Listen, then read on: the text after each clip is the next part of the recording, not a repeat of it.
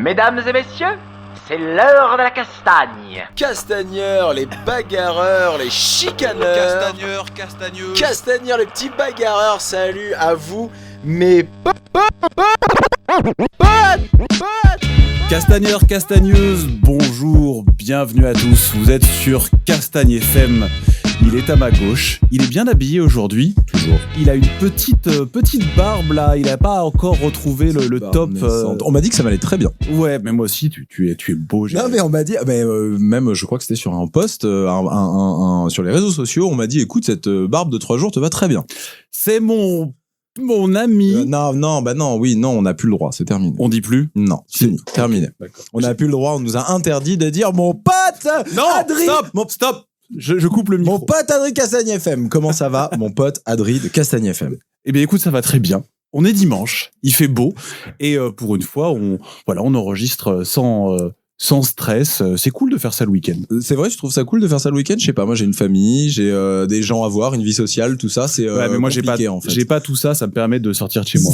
C'est ça exactement, sinon tu faisais rien. Sinon je ne faisais rien du tout. On a des choses dont on doit parler vite fait 2 secondes avant de présenter notre prestigieuse invitée aujourd'hui. Je t'en prie, vas-y. Écoute, oui, j'aurais voulu parler 2 secondes. Il y a les Europes qui approchent. Vous connaissez tous maintenant, on en entend beaucoup parler sur les réseaux sociaux. Ça s'appelle l'univers JJB. L'univers JJB. Alors c'est Lulu. Le fameux Lulu Andreucci qui est derrière ça, qui est photographe donc pour JITS à la base, mais qui le fait aussi maintenant pour lui. Ça s'appelle l'univers JJB et il vous propose donc de prendre des photos de vous. Il propose des packages lors des compétitions. Vous le contactez, vous lui donnez vos horaires, vos tapis, tout ça. Voilà, il en prend en note. Et puis, en fonction de tout ce qu'il peut faire, il prendra un maximum de photos pour vous, ce qui est bien pour vos réseaux sociaux, les choses comme ça, recherche de sponsors, les choses comme ça, j'en sais pas. Et il est hyper motivé, Lulu. Il est sur toutes les compètes cette année, il a pas arrêté. Il est chouette, complètement. Ouais. Il y a aussi Combo Paris qui fait ça. Alors, je sais pas vraiment si lui propose des systèmes de package, tout ça. Je suis pas sûr à 100%. Mais pas que je sache. Ouais. C'est à voir. Vous pouvez le contacter aussi si vous avez besoin de photos. Voilà, il le fait aussi. Voilà. Adri, tu voulais nous parler de quelqu'un d'autre aussi, toujours dans l'image. Exactement, de Exa Picture, qui est notre cher ami Saliou. Qui est propriétaire de Lyon, voilà, qui est propriétaire créateur de la marque WeArt, qu'on vous invite à regarder, qui supporte aussi des athlètes dans le jiu-jitsu. Et là, en fait, il prend sa caméra parce que c'est un mec d'image et il filme un petit peu des combats. Il était présent à la coupe CFJJB Centre. À la coupe Centre, ouais. Et il a ramené de très belles images. Donc, on vous invite à le suivre sur YouTube. Oui, parce qu'effectivement, là, il fait aussi des montages, des choses comme ça, et c'est assez chouette, c'est assez bien fait, c'est relevé, tout. Honnêtement, c'est très très chouette. Voilà. On va parler aussi parce que c'est les fêtes, là, on est diffusé le 20. Je voulais parler du livre de Samir Ben Saïd. Voilà. Que tu as eu la chance de lire. Exactement. Tu l'as lu? Non, tu l'as pas lu. Eh ben, tu devrais. Okay. Voilà, c'est simple. C'est entre guillemets sans prétention, ça parle de sa vision à lui de la compétition, il y a les débuts en jiu-jitsu brésilien, tout ça. C'est très sympathique, ça se lit très facilement et c'est un chouette cadeau pour un mari, un frère, même une femme, sœur, voilà, débutante en jiu-jitsu brésilien. Ça donne une belle image d'ensemble de ce qu'est le jiu-jitsu brésilien. Et où est-ce qu'on peut trouver ça? On le trouve sur Amazon. Ok, voilà. Le titre, donc Samir Ben Saïd, et ça s'appelle. On va le couper au montage, ça t'inquiète pas. Non, mais voilà, tu vois, il y en a plein qui s'entrechoquent là en même temps dans ma tête. Je vous le ressors. Voilà, c'est promis, ce sera en lien de toute façon. Voilà. Au truc du podcast. Et on a fini. On va accueillir notre invité. Bonjour. Eh bien, mesdames et messieurs, on vous présente un pionnier, parce que je veux pas dire un un ancêtre du jiu-jitsu brésilien. On peut pas faire ancien. ça. Il y a un côté, voilà, c'est négatif. Un des vrais premiers français, voilà, pour tous ceux qui se demandent comment a débuté le jiu-jitsu brésilien, ce qu'était le jiu-jitsu brésilien en France au début, eh bien, c'est aussi à Aziz Chérigui qu'il faut demander tout ça. Bonjour, Aziz. Bonjour tout le monde. On est vraiment ravis de t'avoir ici. Ça fait extrêmement longtemps qu'on entend parler de toi. Depuis, on en parlait là juste avant, depuis qu'on a reçu Gilles Arsène au 6e épisode de Castagne FM, là on doit être au 53e, et on entend dire Aziz Chérigui, le fameux premier cercle des premiers à avoir fait du jiu-jitsu brésilien. Avec David Giorsetti aussi, hein, c'est vrai. Ouais. Et donc voilà, on est ravis de t'avoir ici. Et puis en plus, toi, t'es encore actif, d'après ce qu'on voit. Tu es encore à donner des cours. Enfin, tu vas pouvoir nous raconter tout ça. Oui. On est vraiment hyper heureux de te recevoir ici. C'est pareil pour moi. Je vous remercie de me recevoir. Eh ben écoute, et alors donc quand même je vais parce que ça y est, je l'ai retrouvé. Excusez-moi, c'est revenu, beaucoup de choses déchambrées. Jiu-jitsu brésilien, donc c'est la force tranquille. Voilà, de Samir Ben Saïd. Excuse-moi. C'est pas grave. Aziz. Enchanté Aziz, raconte-nous qui es-tu, d'où viens-tu et quand as-tu commencé le jiu-jitsu brésilien? Ah, ça fait beaucoup de questions, ça. Bah oui, mais répondons les unes après les autres. Qui es-tu? Tu peux mettre une vie pour répondre à cette question. Ouais. C'est vrai, surtout si tu le sais pas. Voilà, c'est ça. Mais je ne sais pas. Surtout si on cherche toujours. C'est ça. Exactement, j'espère. Si on a trouvé, c'est triste. Voilà. Non, on ne trouvera jamais. Je suis un pratiquant d'arts martiaux. Les arts martiaux, je les ai démarrés en 75. En ayant vu les films de Bruce Lee au cinéma. Donc c'est ça qui a mis le pied à l'étrier. Alors je le voyais lever la jambe, frapper, etc. Ça m'impressionnait. J'étais gamin, donc je voulais absolument faire ça. Et quand je sortais du cinéma, je regardais les copains, je faisais waouh, je voulais vraiment tenter les trucs sur eux. Et puis j'ai dit à mon père, faut que je m'inscrive au karaté. Moi j'appelais ça karaté, parce que kung fu, karaté. Ouais, c'est tout la même chose, ouais, c'était des coups, quoi. On savait pas ce que c'était, quoi. Et il y avait un club pas loin de chez moi où ils mettaient un kimono blanc. C'était du judo. Donc comme il était avec kimono, c'était bien. Ouais. Ouais, donc, ça y ressemblait assez, quoi. Ouais. Donc j'étais m'inscrire là-bas. Mais le fait qu'il n'y ait pas de coups comme ça, tu t'es pas dit, non, bah c'est pas la même chose. Le prof, j'avais dit, il m'avait posé une question, il me dit pourquoi tu viens au judo? Je dis non.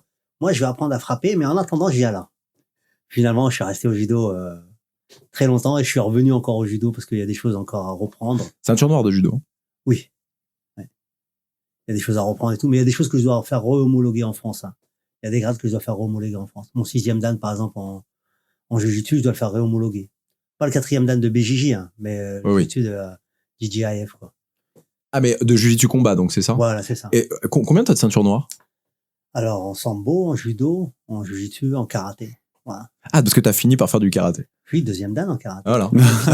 Comme quoi. Voilà. Attends. J'étais au Japon, en 86, j'ai passé ma noire avec Hirokazu Kanazawa qui vient de décéder là il y a pas longtemps. J'ai fait des compétitions là-bas en France. J'ai fait le championnat du monde universitaire. En karaté. En karaté, ouais. Dingue. Ok. Mais t'as commencé quand le karaté finalement? J'ai commencé, j'avais 16 ans. Ok. Et comme je faisais que ça, c'est-à-dire j'avais l'école et puis j'allais au sport, puis j'étais inscrit à l'UNSS. J'avais judo, boxe anglaise et karaté. Ah ouais, quand même, tout ça en même temps, quand même. Ouais, toute la semaine. 2 jours par-ci, 2 jours par-là, 2 jours par-ci, plus les clés de la salle de boxe que la mairie m'avait remis. Alors, le samedi matin, avec les copains, on allait s'entraîner. Le dimanche matin, on allait s'entraîner. Je mettais 3600 coups de pied par séance. Parce que j'avais lu que Bill Wallace en mettait 36 000. J'ai jamais su en faire 36 000. Mais tu les comptais? Ouais, je les comptais. Je faisais des séries de 10 sur des coups de pied directs, des coups de pied circulaires, donc des maigiri, des mawashi, des yoko, des chirogiri, des coups de pied retournés. Je comptais mes séries pour arriver au total à la fin à 3600. Pourquoi 3600? Parce que ça tombait comme ça avec les séries de 10, ça tombait comme ça, quoi. Ah voilà, d'accord, ok. Il y a pas de, parce que donc, on parlait tout à l'heure du livre de Samir Ben Saïd. Il y a la théorie des 10 000 heures.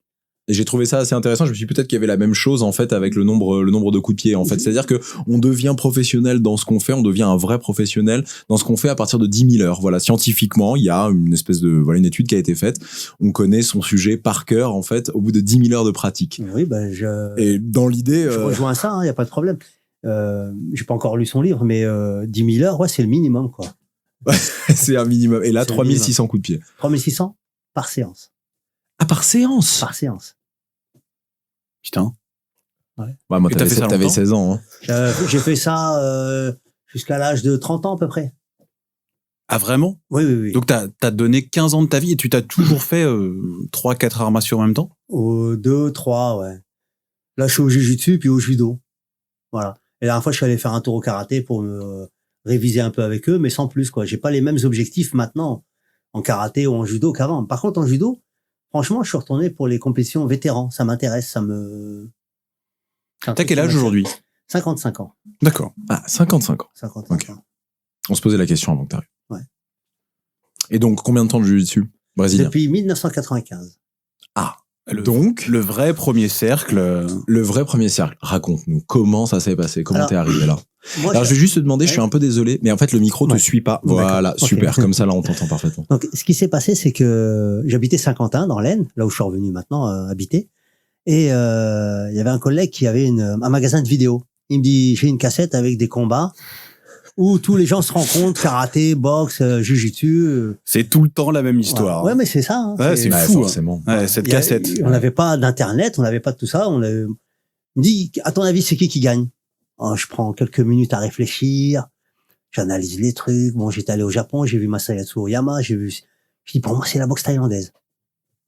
Il me dit, pourquoi? J'ai boxeur thaïlandais, ça cogne bien. Karaté, les gens, ils ont tendance à retenir un peu les coups, donc ils prennent des mauvaises habitudes. Je suis pas sûr que ça aille vraiment au bout, etc. Ouais. Suivant c'est plus l'esprit qu'il y avait avant avec la Jika, etc. J'ai dit, pour moi, la boxe thaï. Il me dit, non, c'est un gars du jiu-jitsu. Et là, je la regarde dans les yeux, je dis, non, mais là, c'est pas possible. Parce que le jiu-jitsu que j'avais vu, moi, c'était avec le judo. Jiu-jitsu combat. Ouais, c'était même pas combat, c'était moins que combat, Oui, quoi. oui. C'était.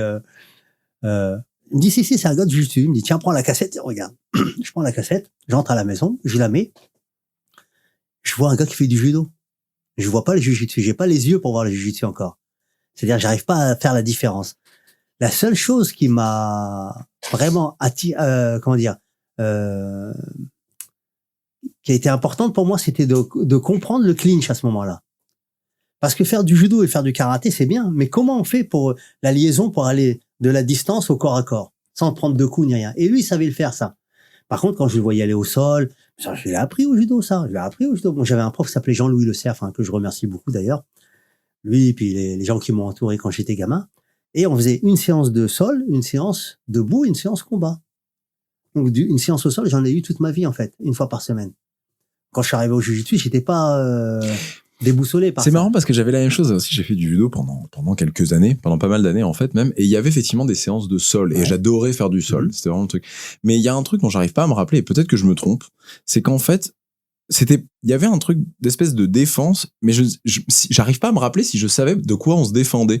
Parce qu'en fait, je crois pas avoir appris une seule fois une finalisation, en fait. Alors, c'est à partir de la ceinture verte qu'on apprend les Je crois que c'est ça, en fait. au judo. Donc, quand on est gamin, on apprend les immobilisations au départ, les 5 C'est de ça. base, là.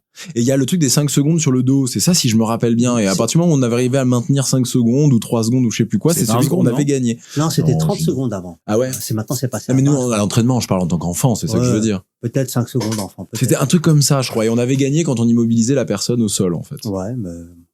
Mais c'était ça, on est bien d'accord. Oui, Il n'y avait pas de soumission. immobilisé, c'était Voilà. fini, hein. Exactement. Quand on est gamin. Ah ouais, Il fallait attendre d'être ceinture verte pour faire les premières clés, les premiers étranglements. voilà. Et on n'avait pas la même finesse dans l'approche des techniques de soumission, sauf ceux qui étaient vraiment des spécialistes au sol, comme il y avait à l'époque à Oiseau ou Gibert, quoi, qui vraiment... Et toi qui avais déjà fait donc et du pied-point et du judo, l'approche MMA, ça t'a parlé tout de suite, te dire on peut mixer, t'avais déjà ça en toi? Oui, moi dès le départ, je voulais mixer tout. Moi, depuis que je suis gamin comme ça. Et tu connaissais le MMA déjà? Non, il n'y avait pas de MMA dans ma tête ni dans ma connaissance. Bah, tu faisais déjà du sambo ou pas? Alors sambo, je suis arrivé tardivement au sambo. Je suis arrivé à peu près en même temps que le jiu-jitsu. Non, parce que quelque part, on parle du MMA, tout ça, mais en vrai, enfin, non, c'est pas vrai, ça a pas toujours existé. Mais en fait, ça a toujours un peu existé, le mélange des arts martiaux. Le sambo, ça existait avant. Oui. Et puis, il y avait ce truc japonais, là, je sais plus comment ça s'appelle. Shuto? C'est le Shuto? Oh, Oui. je sais plus. Mais c'était déjà avant le MMA, ça, quand Ouais, même. ouais. Hein. Mais non, moi, avant qu'il y ait les combats dans la cage avec Royce, là, UFC 1, 2, 3, pardon, en anglais. 1, 2, 3. Avant ça, je connaissais pas les MMA, tout ça, il y en avait pas dans mon esprit. Mais par contre, je voulais mixer le pied-point et le sol et le combat corps à corps. Comment frapper, comment saisir, comment faire le takedown, projection, comment aller au sol, comment Ça, c'était des trucs qui étaient naturels, ça. Pour tous les gens qui pratiquent plusieurs arts martiaux, c'est des choses naturelles. C'est la self-défense. Et c'est ce qui m'attirait le plus, savoir me défendre. Et c'est ça, en fait, quand tu as regardé cette fameuse cassette de l'UFC 1, ça a été un peu une révélation. Ça a été une grande surprise pour moi, une révélation. Alors, j'ai voulu voir le 2 et puis voilà, j'étais époustouflé, quoi. Tu dis que ton but, c'est de pouvoir te défendre. Mais pourquoi? Parce qu'au départ, quand on est gamin, on subit plus ou moins des agressions, même racistes à l'époque. Il y avait beaucoup de racisme à l'école, tu vois. Et dans le judo, j'ai pas trouvé ça. J'ai trouvé les gens sympathiques. Ils ont fait attention à moi. Il y avait pas de différence entre un Algérien et un Français de souche à l'époque. T'es algérien, toi? Enfin, t'es de nationalité? D'origine algérienne, ouais. D'accord. Ouais. Donc, comme j'avais rencontré ces insultes, etc., il fallait que je me défende, quoi. Donc, je voulais pas me laisser faire et je prenais des coups, mais je me défendais. C'était très, très présent? À l'époque, c'était très, très présent. Quand j'étais gamin, ouais. Après, c'est parti, ça s'est estompé avec le temps. Et puis maintenant, m'en fous complètement, quoi. Non, mais c'est marrant quand même que, parce qu'aujourd'hui, quand même, t'es Aziz Chérigui dans le jiu-jitsu brésilien et que ce soit venu à cause de ce qu'on va dire, enfin, à cause de ce racisme ambiant, quand même. C'est la self-défense, le principe de se défendre, excuse-moi. Voilà, le vouloir apprendre le karaté, etc., c'était pour apprendre à se défendre. Au départ, c'est ça. Hein. Ah mais non, mais c'est comment transformer le négatif en positif, c'est quand même rigolo quand même. Je veux dire, c'est hyper intéressant. Ce qui est intéressant, c'est que quand tu t'inscris dans un club, les mecs ils sont pas racistes en face de toi, c'est des sportifs, en général. Et après, tu t'entraînes non plus pour te battre dans la rue, pour te défendre avec un contre gars eux qui fait du sport, qui fait pas de sport, mais tu te bats contre un gars qui s'entraîne, tu vas être meilleur que lui. Et c'est comme ça que tu montes champion de ta ville, après champion du département, après. Et c'est là que le jeu devient intéressant, quoi. Et t'as trouvé ce que tu voulais dedans? Ouais. Ça t'a servi après en dehors? Bien sûr. Ah ouais, vraiment? Ouais, moi, les arts martiaux, ça, c'est, quand on dit l'école de la vie, c'est pas qu'une phrase. Ah ouais, non, je parle pas de ça, je parlais dans les problèmes que tu rencontrais à ce moment-là. Est-ce que tu avais t'en servir? Est-ce que c'est quelque chose que tu as utilisé? On peut pas inventer, hein. Si t'as mis 3600 coups de pied par jour, le jour où tu mets un coup de pied, ça part tout seul, hein. Ça, t'inventes rien. Tu dis pas, attends, en judo, j'ai appris mon roté sonage, mais là, je peux pas te le faire. Donc, je vais inventer un truc. On n'invente rien, hein. Ça part, hein. Non, mais justement, t'aurais pu trouver une espèce de paix intérieure, un espèce de truc de et finalement tu vois passer dans tous les arts martiaux, passer ce truc là de j'ai retrouvé ce que je voulais dans les arts martiaux, donc j'ai pas besoin de j'arrive à encaisser ce que les autres me disent dehors, j'en sais rien, moi je sais pas. On arrive à encaisser avec le temps les verbes, les verbes, c'est-à-dire les insultes, on les encaisse, ce qu'on n'encaisse pas c'est la saisie, c'est-à-dire quelqu'un qui vous attrape, qui attrape vraiment. Là ça part tout de suite. Mais sinon le gars il vous dit des mots, c'est que du vent quoi, ça s'envole. Mais ça il faut de la sagesse pour ça. Ah, il faut un peu de temps, ouais. Quand on a 15 ans, on n'a pas le cœur assez grand pour comprendre tout ça, quoi. C'est arrivé quand, ça? De quoi? Cette ouverture-là, alors, cette grande... C'est arrivé au fur et à mesure, on s'en rend pas compte, c'est du goutte à goutte. Hein. Ouais. C'est quand le vase déborde qu'on s'en rend compte que, tiens. Ça y est, je vais mieux, maintenant. Finalement, je réagis moins durement. Complètement, ouais. Bon, et alors, comment arriver au jiu-jitsu brésilien? Donc, il y avait un magazine qui s'appelait Karaté Bushido à l'époque, que je lisais régulièrement. Parce que, rebelote, pas d'internet, pas rien. Donc, c'est les magazines. Et là, on annonce un stage avec Rickson Gracie le 19 novembre 95. Donc, Gracie, tout de suite, ça poum, poum, poum. Je me suis dit, je vais y aller, quoi. Et c'était au Cercle Tissier? Même pas? Non. Cercle Tissier, ça a été le stage de la semaine. C'est-à-dire, juste après ce week-end, pendant une semaine, il y a eu un stage, là, oui, au Cercle Tissier. Et alors, c'était où, celui-là, avec Rickson? Celui-là, c'était dans une salle à Paris, dans le 18e, me semble-t-il. Hein. Je suis pas très sûr. Ouais. Mais je crois que c'est Ali Mioubi qui avait trouvé la salle, etc. En tout cas, c'est dans Paris. Après, on s'est retrouvés, oui, au Cercle Tissier pendant une semaine. Et là, il y avait 300 personnes. Hein. Comment c'était présenté? Parce que c'était pas connu le jiu-jitsu brésilien, en fait. Bon, les gens qui venaient, c'est parce qu'ils ont vu l'UFC. Voilà, c'est ça. C'était en lien direct avec la cassette, la fameuse cassette. Voilà, cassette magique. Là. C'est ça, ouais. Et attends, 300 personnes? Ouais. C'est dingue, 300 personnes. C'est Guy Mialo qui a fait venir Rickson Gracie. Non, c'est énorme, 300 personnes. Mais je me dis que finalement, si c'était le seul événement, en fait, c'est pas si fou que ça. Aujourd'hui, ça nous paraît dingue parce que tu vois, au truc de Bouchécha, il y avait 100 personnes, alors que c'est Marcus Bouchécha, tout ça. Bon. Mais aujourd'hui, des stages de jiu-jitsu brésilien, tu peux en avoir quand tu veux, en fait. Je veux dire, il suffit de bouger à droite à gauche. On peut venir profiter de l'enseignement d'Aziz Chérigui en allant en Picardie. Tu vas nous dire exactement où t'es. Je veux dire, il y a pas de, mais là, lui, à l'époque, t'avais pas le choix. Donc même un pratiquant de karaté, c'était dans karaté bushido, même un pratiquant de karaté, qui exactement comme Aziz Chérigui se dit, moi je veux allier le pied-point au sol, et qui avait forcément vu la cassette, parce que tous les pratiquants de sport de combat à ce moment-là avaient vu la cassette, on l'entend, on le sait maintenant. C'était le seul moment. Donc en fait 300 personnes, en vrai c'est pas si fou que ça en fait. Et Rickson, il a organisé des stages à Rio que pour ceinture noire, où il y avait plus de 300 ceintures noires présentes. Hein. En fait, ce qui me paraît dingue, c'est que le sport était inconnu, avait même pas vraiment de nom. Ça, je suis d'accord. Et que quelque part, ça rameutait autant de monde. Ouais. Ça, c'est assez dingue. Mais peut-être justement parce que c'était pas connu. Peut-être que les gens avaient besoin de se rendre compte de ce qui se passait, quoi. Et les gens avaient besoin de comprendre ce que c'était. C'est sûr. C'était nouveau, c'était la technique ultime. Je voulais voir cette personne. Qu'est-ce qu'elle fait de différent de nous? C'est quoi son sport, quoi? Alors, il y avait des personnes qualifiées qui sont venues.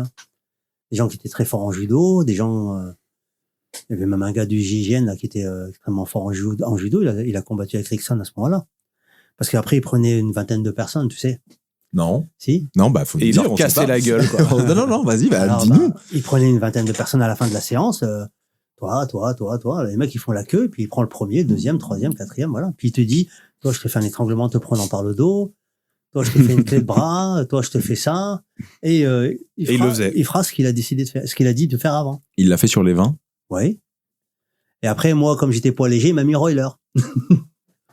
Parce qu'il y avait Royler. Il y avait Royler qui était là. Royler, il était là. Il y avait Rickson, il y avait son épouse à l'époque, Kim, son ex-épouse, puisqu'il est... Avec qui il a eu Krohn, c'est ça? Voilà, c'est ça. Oh, t'étais fort, ouais. Ouais, je connais un peu Putain, je m'intéresse. Bravo.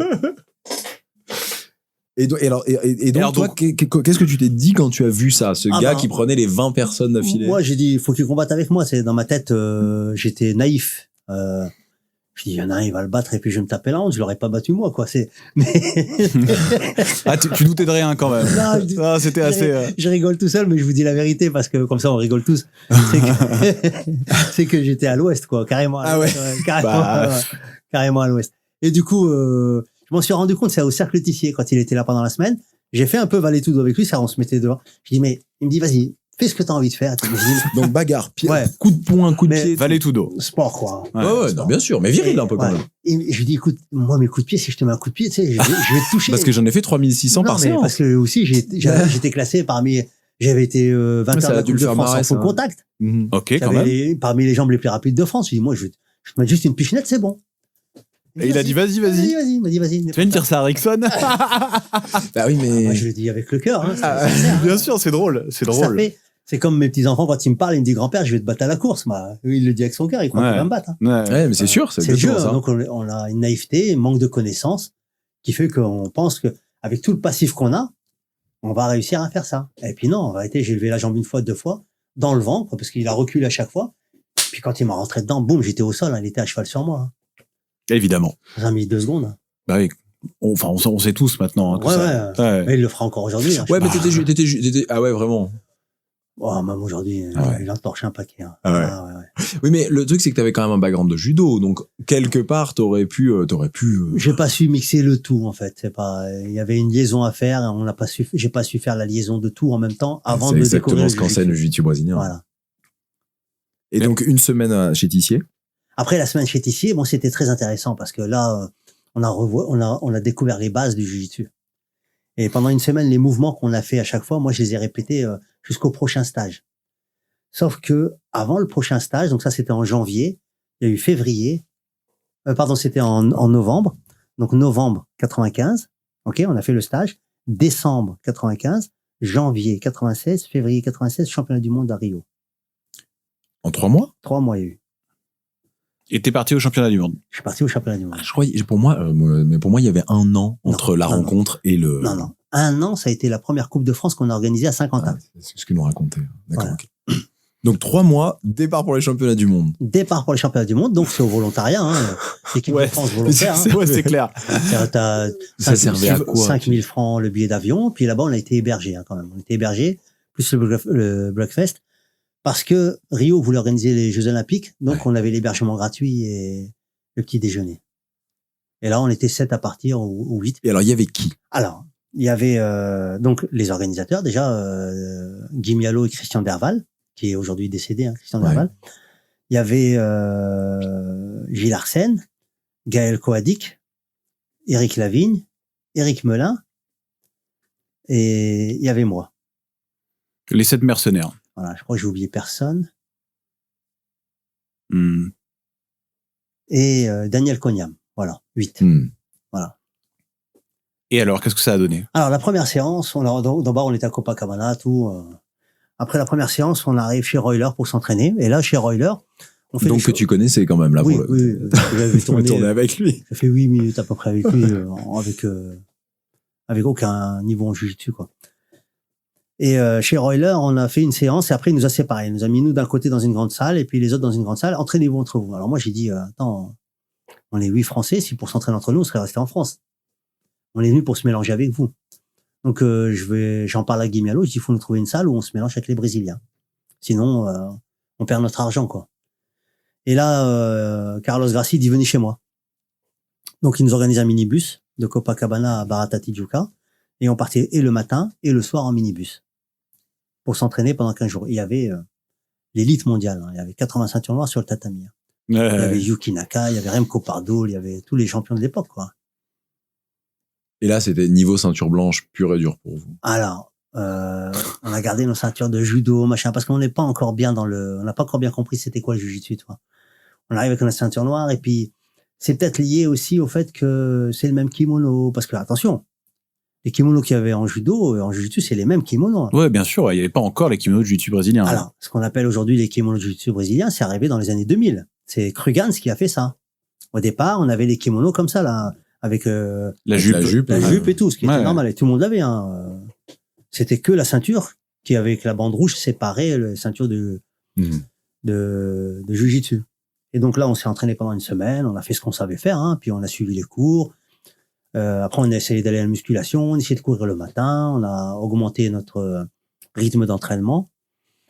Et après, on est parti s'entraîner aussi dans la favela en grappling, là. Et puis moi, je me rappelle qu'il y avait un entraîneur, je ne sais plus son nom, mais c'est quelqu'un de très, très connu dans le monde du grappling. Il y avait des légionnaires chez lui, etc. Il y en avait 2 qui parlaient français. Il me dit, comme eux, ils aimaient pas trop le jiu-jitsu, il me dit, je vais t'apprendre ce qu'il faut faire, ce qu'il ne faut pas faire, pardon, pour ne pas perdre. Mais je peux pas te montrer ce qu'il faut faire pour gagner parce qu'il est trop tard. Je dis d'accord. Et je vous assure que les bases qu'ils m'ont données là pendant 15 jours à m'entraîner avec eux toutes les après-midi là en grappling, j'ai suivi à la lettre ce qu'il m'a dit pendant la compétition pour pas rentrer dans certaines positions qui étaient difficiles. Par exemple, ne pas mettre la main au-dessus du nombril, au-dessus du plexus solaire quand on est dans la garde, ou des trucs simples, mais vraiment. Et ça m'a sauvé, ça m'a emmené jusqu'à aujourd'hui, jusqu'à la demi-finale, puis jusqu'à aujourd'hui. Et puis je le mets encore en application. Donc voilà. Avant de partir au Brésil, je m'entraînais au sambo aussi à Saint-Quentin avec un garçon qui était médaillé de bronze au championnat du monde qui s'appelle Aziz Yadi. Et on a beaucoup tourné ensemble, etc. Surtout pour les clés de jambes.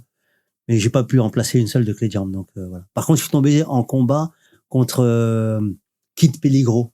Et on le voit sur les vidéos là sur Internet. Ah, ces championnats du monde là? Ah, ces championnats du monde là. En ceinture marron, j'ai combattu. Ah, ok.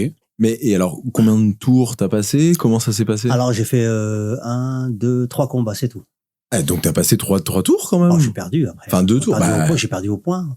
J'ai perdu 4-2, mais je comprenais pas le règlement des points. Ce que je veux dire, c'est que t'avais 3 mois de jiu-jitsu dans le ventre et t'as gagné 3 combats, ou 2. Non, 2. Bah oui, 2 combats. Mais face à des ceintures marron, quoi. Ouais. Parce que... Alors, le truc des ceintures marron, ça c'est... Incroyable. Nous, on était sur le tatami avec Carlos, je me rappelle, c'est avant la compétition, et il dit, on va vous inscrire à la compète, vous allez combattre en ceinture noire et tout. Et moi, je dis non, monsieur Carlos, en ceinture noire, moi, j'y vais pas. Il me dit pourquoi? Je dis non, ça va être la boucherie, là. C'est comme si... Tu savais, ça servait à rien. Après, je l'ai vu, j'ai quand même l'œil pour regarder. Je pratique les arts martiaux depuis longtemps. Après, j'ai pas de... C'est la merde. J'ai pas un orgueil démesuré, donc je vois clair. Et on est naïf avant. Après, quand on voit, on comprend mieux. Donc, je crois que c'est pareil pour Gilles Arsène. Je veux pas dire de bêtises, mais je crois qu'il a combattu en ceinture marron aussi. Il a combattu en noir. Il me semble qu'il a combattu en noir. Arsène, Daniel Cognam en marron, Éric Melin en bleu, Christian Derval et Guy Mialo en ceinture noire.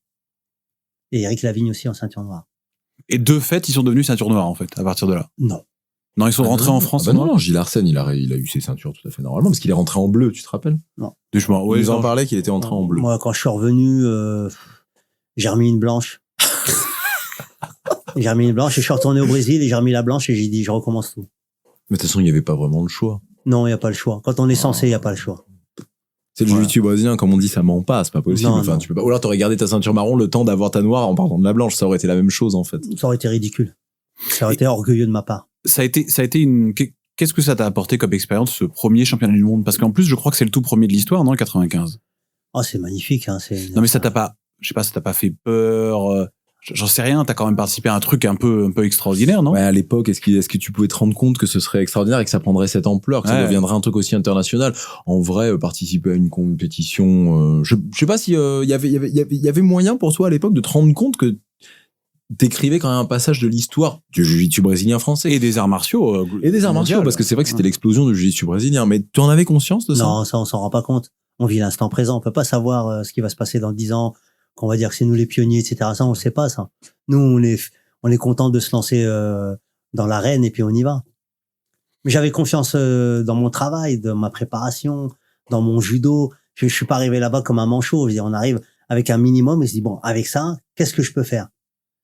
Comment je peux exploiter au maximum les capacités que j'avais et qu'est-ce que je dois enlever qui n'est pas adapté justement au jiu-jitsu brésilien? Et c'est qu'un jour-là, moi, je comprends assez vite le sport. Et c'est qu'un jour-là, ça m'a beaucoup servi, en fait. J'arrive à, comment dire, une anecdote. Je sors du karaté, je m'inscris au full contact. C'est une anecdote, hein. Je mets les gants, etc. Bon, j'avais un peu d'anglaise au départ, ça m'a aidé. Les pieds du karaté, ça m'a aidé. Ils m'ont monté sur le ring avec un gars qui était champion d'Europe. L'entraîneur vient me voir la première séance, il me dit, la compète, ça t'intéresse? Moi, je dis oui. Parce que on aime la compétition, c'est un jeu pour nous, c'est un plaisir, il me dit oui, il m'a lancé en compète, j'ai gagné le championnat Picardie, j'ai gagné la Coupe de France, etc. Pourquoi? Parce que j'arrive à capter certaines choses dans les sports qui me plaisent, hein, et avancer très vite. Je saurais pas le faire en basket, hein. Je saurais pas le faire en athlétisme, mais dans les arts martiaux, oui. Si je vais au sambo, je vais capter très vite. Si je vais à la lutte, je vais capter très vite les choses qu'il y a à comprendre et m'adapter aux règles et puis les mettre en application. C'est ton truc. Ouais, je vois un mouvement, je le mets en application aussitôt. Est-ce que tu as eu un moment où, peut-être après ces championnats du monde, hein, après avoir passé 15 jours au Brésil, où tu t'es dit, allez, faut que maintenant je sois plus dans le jiu-jitsu brésilien, ça va être mon truc? Ou est-ce que finalement, c'est resté un sport pour toi comme les autres? Non, tout de suite dans le jiu-jitsu. C'est vrai, c'est une très bonne question. Ça t'a continué autre chose? J'ai ouvert une salle tout de suite. Voilà, c'est ça. Tu n'as fait plus que ça. Ouais. Pourquoi? Tu t'es dit que c'est la technique ultime? J'ai arrêté tout le reste, hein. Pourquoi? Parce que pour moi, c'était le sport le plus efficace en self-défense dans tous les arts martiaux que j'ai pu pratiquer. Ok, simple. Voilà. Très donc, clair. Cette partie self-défense, d'abord, je la défends toujours, hein, quand même. Et Léo, il a sorti un livre avec 80 techniques de self-défense. C'est ce qu'on apprenait dans le Gracie Jiu-Jitsu au départ. Ce qu'on a du mal à se poser comme question, c'est, OK, aujourd'hui, tu fais Jujigatame ou tu fais un étranglement. Mais ça vient d'où, ça? Le mec, il s'est levé le matin en disant, cette nuit, j'ai rêvé que j'allais faire un étranglement. Voilà comment on fait. Non. Il a été confronté à une situation. Il a adapté cette situation pour la self-défense. Il a appris à se défendre. Et puis, une fois qu'il a appris à se défendre, après, il fallait, par exemple, je veux m'entraîner avec toi, je peux pas te frapper, je peux pas faire ci, je peux pas. Donc, on va adapter notre self-défense pour pouvoir réviser les mouvements, les clés, les étranglements sans avoir à se faire mal.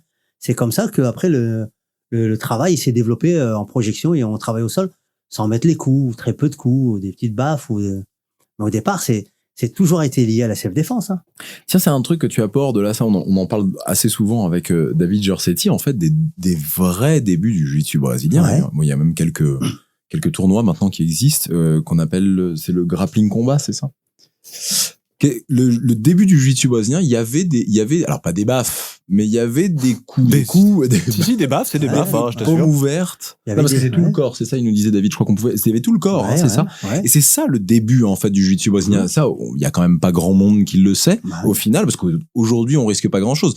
Je veux dire, une paume ouverte dans l'arcade, ça peut ouvrir quand même, je veux dire, ça peut. Et vous vous entraîniez comme ça? Alors, pas tout le temps, mais on avait des classes où on s'entraînait comme ça.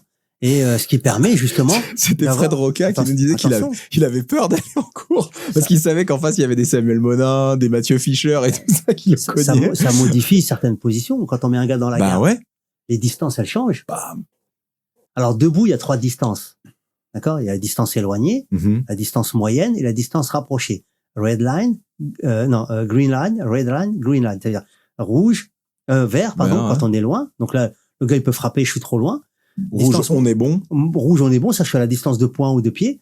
Et corps à corps vraiment collé, là, on est à distance verte. Au sol, c'est pareil, il y a 2 distances dans la garde, par exemple. C'est où le gars, il est très éloigné, ou le gars, il est rapproché. Mais très éloigné, il faut que je prenne un bras, faut que je mette un genou sur la poitrine, faut que je le pousse, et que l'autre bras, il puisse pas me frapper. Ou alors, je le colle complètement à moi. Et c'est les premières leçons qu'on avait avec Rickson, c'était ça. La distance, c'est un concept un peu avancé, en vrai. Hein.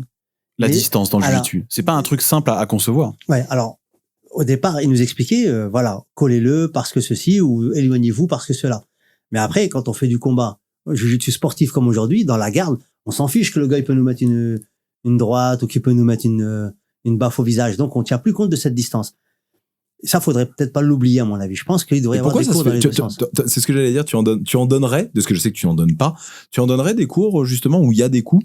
Oui, j'en donne toujours. Ah, tu en donnes des cours? Ouais, faut qu'on vienne. Ça doit être assez rigolo, ça. Mon jiu-jitsu est complet. Même quand j'étais en Arabie Saoudite comme entraîneur national, ils avaient des séances de self-défense, des séances pour leur faire comprendre telle position. Voici sa force dans telle situation. Et là, il y a telle chose à développer. Et là, non. Et après, c'est à eux à choisir, à prendre ce qui leur correspond à leur physique, à leur mental. Et au moins, j'ai tout donné. En tant qu'entraîneur, on peut pas tricher. Si il y a 100 techniques à enseigner, je vais vous enseigner les 100 techniques. Je vous enseigne pas les 30 que j'aime bien moi et je laisse le reste. Ou j'enseigne 70%, j'en oublie 30. Après, vous faites pareil. Vous en enseignez 70, vous en oubliez 30. À la fin, les enfants, ils ont quoi? La 3e génération, on redevient du judo. On a oublié plein de trucs, on a abandonné plein de trucs. Non, on montre, j'aime ça. Berimbolo, c'est pas mon style. It's not my game, ok? Moi, mon jeu, c'est l'ancien style. Mais ça fait rien. En Arabie Saoudite, il y avait des jeunes poids légers où il fallait travailler berimbolo. Je connais le mouvement, je leur fais travailler berimbolo. C'est pas mon style, mais je dois le savoir pour leur montrer. Je serai peut-être pas performant dans cette technique, mais je sais le faire. Donc, il faut leur montrer. Il y a pas de triche dans le truc. Et c'est pour ça que pour moi, hein, à mon sens, l'établissement d'un programme en demandant aux gens, voilà, blanche, vous savez faire ça, bleu, ça, etc. Peu importe que vous gagnez ou vous gagnez pas des compètes. Vous êtes champion, c'est une chose. D'accord? Mais enseigner, c'est autre chose. Savoir une technique, c'est une chose, et enseigner, c'est autre chose. Il y a le savoir-faire et le faire savoir. C'est complètement différent. Mais vous devez savoir pour montrer après. C'est tout. C'est pas compliqué, hein. Les gens, ils vous payent. Ça coûte tant. Là, l'année, 100 €, 200, 300. C'est pour apprendre. Donc, montrez-leur. Tu nous as dit, quand t'es revenu du Brésil, tu t'es mis tout de suite à enseigner, et c'est drôle, depuis tout à l'heure, j'entends parler, alors c'est peut-être parce que t'as enseigné longtemps, mais j'entends toujours un discours de prof et d'enseignement. Ça a été, ça fait quoi? Ça fait 25 ans que t'enseignes? Ah ouais. Alors. T'as jamais arrêté? Alors, pour améliorer mon enseignement, je suis allé passer un brevet d'État. D'accord. Dès que je suis rentré du Brésil. Donc, j'avais des diplômes d'instructeurs fédéraux dans d'autres disciplines ou de moniteurs ou etc. Mais là, je suis allé au Krebs de Reims. Je me suis inscrit. Et donc j'ai suivi les cours et j'ai passé mon brevet d'État et j'ai eu le brevet d'État, ce qui m'a permis de pouvoir comprendre c'est quoi l'enseignement. Après, maintenant, avec l'âge et tout, et puis ces dernières années, j'ai étudié la biomécanique et la mécanique des mouvements pour mieux comprendre mon sport, etc. Ce qui était super important. Comment tu as étudié ça? Alors, il y avait un docteur en biomécanique, un Russe qui était là, présent. Et après, je me suis inscrit à ses cours et j'ai suivi ses cours aux Émirats Arabes Unis. Alors, pendant combien de temps, ça? Excuse-moi, pendant combien de temps? Pendant 2 ans, j'ai suivi des cours avec lui. Pour mieux comprendre le fonctionnement du jiu-jitsu brésilien. Ouais. Tu t'es retrouvé comment et quand aux Émirats? Je me suis retrouvé en 2011. Alors bon. Ah, c'est assez récent, en fait. Ouais, 2011 jusque maintenant. Ouais, c'est ça, 2011. Les Émirats Arabes Unis... Ils adorent le jiu-jitsu brésilien. Ouais, ils adorent le jiu-jitsu brésilien depuis les années 95, même un petit peu avant, parce que c'est le prince Tahnoun qui étudiait chez Renzo Grassi à New York, parce qu'il était étudiant là-bas. Mais c'est ça, en fait, cette histoire-là, moi, peut-être que toi, tu la connais mieux que nous, mais en fait, moi, de ce que j'en sais, c'est un prince, un tchèque émirati, qui a dit « Oh, le jiu-jitsu, c'est trop bien, je vais le ramener dans mon pays », et boum, et voilà, juste sur le désir d'un gars, bon, qui a un certain pouvoir quand même, hein, mais qui s'est dit c'est génial, il faut enseigner ça dans mon pays. C'est vrai ça, ou il y a un peu plus que ça? Il y a un peu plus que ça, mais ça c'est vrai. Faut pas oublier, c'est un bonhomme d'abord. Avant d'être prince, c'est un homme. Il a des sentiments. Il peut aimer un sport ou pas aimer un sport. Il aurait pu ne pas aimer le jiu-jitsu ou ne pas. Et quand il s'est inscrit, ça lui a plu. Alors il n'aura jamais dit qu'il était prince là-bas. Hein. D'accord. On l'appelait Ben, hein, on l'appelait même pas Son Altesse ou n'importe. Et quand il est retourné aux Émirats, il a voulu développer ça aux Émirats. Donc lui, son émirat à lui, c'est cet émirat. Hein. Son émirat à lui, c'est l'émirat d'Abu Dhabi. Mais c'est son père qui a fait l'indépendance. C'est son frère qui est président. C'est pas le cheikh de la 4e génération, machin. C'est vraiment quelqu'un de très très haut placé. Hein. Donc il a créé un club qui s'appelait Abu Dhabi Combat Club, la DCC. Puis il a organisé des compètes. Il a fait venir Renzo. Puis il a dit à Renzo, faut me sortir un programme pour les écoles, pour l'armée, etc. Et ils ont créé une société qui s'appelle Palm Sport. Et puis voilà, maintenant, bon, pendant un moment, ils étaient beaucoup plus nombreux que ça, mais là, je crois qu'ils doivent être 800 ou 900 Brésiliens à enseigner le jiu-jitsu. Dans les écoles, c'est obligatoire. À Abu Dhabi. Ouais, non, tous les Émirats. Dans tous les Émirats, ah, d'accord. Tous les Émirats. Donc, c'est noté comme l'anglais, les mathématiques ou d'autres matières. Et puis, dans la police, c'est obligatoire. Dans l'armée, c'est obligatoire. C'est dingue. Parce qu'ils kiffent le sport. Si moi, j'étais prince et que je kiffe le sport, puis ouais, mais ça de là, c'est pareil. Hein. ouais, non mais quand même, il y a un côté un peu, assez insolite de voir qu'un sport de combat brésilien est devenu quelque part le sport national d'un pays sur la péninsule arabique, tu vois. C'est fou. Et maintenant, ils font la même chose au Brésil et c'est lui qui est intervenu pour ça. Ouais. C'est-à-dire c'est les Émirats qui sont intervenus. Dans les écoles, tu veux dire. Ouais, d'accord. Au Brésil, maintenant, ils lancent le jiu-jitsu dans les écoles, etc. Donc Renzo, bien sûr, il a participé, etc. Mais c'est eux qui ont impulsé ça au Brésil. Et donc ça commence, ça va démarrer là pour les saisons à venir dans les écoles. Ça va être obligatoire. Et là, c'est cool. Bah oui. Ouais. Au Japon, il y avait le judo dans les écoles. En France aussi, moi, je vois mes filles, elles font du judo. Hein. Oui, elles font du judo et là, elles ont fait pendant 2 ans. Et après, à l'école pendant 2 ans, ouais, à l'école. Et tous les jeudis matin. Et là, maintenant, c'est un cycle de 2 ans d'escrime. Ah, c'est bien. Ah ouais. Non, je trouve ça très. Ah, moi, Moi, j'étais à l'UNSS, hein, j'étais en judo. Puis un petit peu d'athlétisme. Là, l'UNSS, c'est un choix. Hein. Ouais. L'UNSS, c'est tu le fais ou tu le fais pas. Ouais. Là, c'est obligatoire. C'est dans leur cycle, dans leur cursus. C'est bien. Moi, je conseillerais, en France, à mon avis, hein, bon, ça n'engage que moi, la lutte et la boxe française. La boxe française pour le patrimoine, et puis la lutte, c'est un sport où les gens, bon, ils sont en short, en t-shirt, ils n'ont pas besoin de quoi que ce soit, et puis des tapis, puis à l'école, c'est un très bon sport d'opposition pour démarrer aussi. Ouais, c'est un peu comme ça qu'ils voient le judo, en vrai, je pense. Hein, c'est s'amener au sol. Il y a pas de, tu vois, il y a pas de. J'ai été les voir. Il y a pas de gros mouvements. Il y a pas de. Enfin, voilà, on se fait vaguement tomber. C'est plus de la lutte. C'est très bien. Moi, je trouve ça très très bien. C'est important. Et alors, comment tu t'es retrouvé prof aux Émirats? Juste quelqu'un t'a dit, je veux de toi, viens, tu parles arabe, viens. Non. D'abord, je parlais pas l'arabe comme je parle l'arabe aujourd'hui déjà. Ah ouais? Donc, faut pas croire que les Maghrébins ils parlent arabe. Oh, t'aurais pu, attends. Ouais, bravo Adri, c'est bien ça. Écoute, franchement, belle mentalité. Hein, vas-y, fous-moi le corps. Je suis allé à l'école là-bas, j'ai eu 2 diplômes, etc. Donc non, après, l'arabe littéraire, c'est différent de l'arabe maghrébin, on va dire. Ouais. Non, moi, je travaille dans la presse au Parisien, à Saint-Ouen. Donc j'imprimais les journaux et notre travail nous libérait pour le sport. Il y avait beaucoup de sportifs. Il y avait Eric Lavigne, il y avait Dorard qui était classé dans les 10 meilleurs boxeurs mondiaux, Fabrice Dorard. Il devait rencontrer Botha et gagnant des 2 Mike Tyson. Donc pour dire, il y avait des Iraniens qui étaient champions de lutte. Donc on était vraiment dans une entreprise où il y avait beaucoup de sportifs. Et puis après, on nous a proposé des plans sociaux pour ceux que ça plaisait. Puis moi, j'avais envie de tenter l'aventure. Donc j'ai signé mon plan social, j'ai pris l'argent, j'ai acheté un appartement parce que je voulais pas louer. Et au moins, je sais où dormir. Mmh. Et puis, avant, j'étais allé 2 fois. J'avais été déjà au championnat du monde à Abu Dhabi. Et après, la deuxième fois, je suis allé voir les responsables de la fédération pour leur dire, voilà, je voudrais m'installer. Qu'est-ce que vous me demandez comme diplôme? Ce qui est logique. Ouais, ce qui est normal. Est-ce que vous avez, vous, des diplômes que moi, je dois passer? Dans quelle langue, surtout? En anglais, en arabe? Me regarde pas, je fais plus de commentaires à ce sujet. C'est fini. Ouais, je pense qu'il vaut mieux, en fait. Ouais, ça va mal finir. Après, c'est eux qui décident. Si ils te disent c'est en arabe, faut que tu apprennes l'arabe. Si en anglais, tu apprends l'anglais si tu parles pas d'anglais. Bon. Voilà. Et donc, non, il y a rien. Master Aziz, on te connaît, Captain. Bon, c'est bon. Alors, j'ai pris une salle en location et puis, je payais à l'année, puis j'ai ouvert ma salle et c'est comme ça que ça a démarré. Ah, c'est pas eux qui t'ont placé quelque part? Non, c'était privé. Ok. Et ça a fonctionné. Et ça a fonctionné. J'ai eu même une année où j'ai eu 15 médailles d'or au championnat du monde. La première année où je suis parti, j'ai fait venir un élève à moi qui était là à Lieu-Saint. Attends. Après 2011, ouais. T'as eu 15 médailles d'or au championnat du monde IBJJF? Non. Abu Dhabi. D'accord. UAEJJF. D'accord, ok. D'accord. Là, à un moment donné, entre les enfants. D'accord, les non, petits mais oui, et les là, je pensais à IBJJF, Ouais. si on en a entendu parler. Dans quand la même. même compète, j'ai fait 15 médailles d'or. D'accord. Et j'ai été classé par la télévision émirienne, meilleur entraîneur au monde des juniors, quoi. D'accord. Donc ça m'a plu. Alors sur quels critères sont basés, je sais pas. Hein. C'est eux qui le disent à la radio, à la télé. Et c'est comme ça que j'ai reçu des propositions par plusieurs autres pays. Et puis après, comité olympique en Arabie Saoudite, je suis parti comme entraîneur. Là, eux, ils m'ont fait venir par contre. Entraîneur de l'équipe de judo, alors? Entraîneur de l'équipe nationale. Au départ, c'était la fédération saoudienne de judo, jiu-jitsu, tout court. D'accord. C'est-à-dire discipline associée. C'est judo et jiu-jitsu.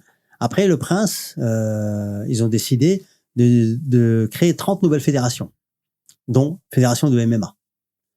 Ils ont séparé le judo du jiu-jitsu. Dans les sports de ballon, par exemple, le rugby et le football américain séparés. Dans les sports d'eau, séparé le water polo. Même s'il y a que 1000 adhérents, ils ont fait des fédérations. Bon, c'est leur politique, hein.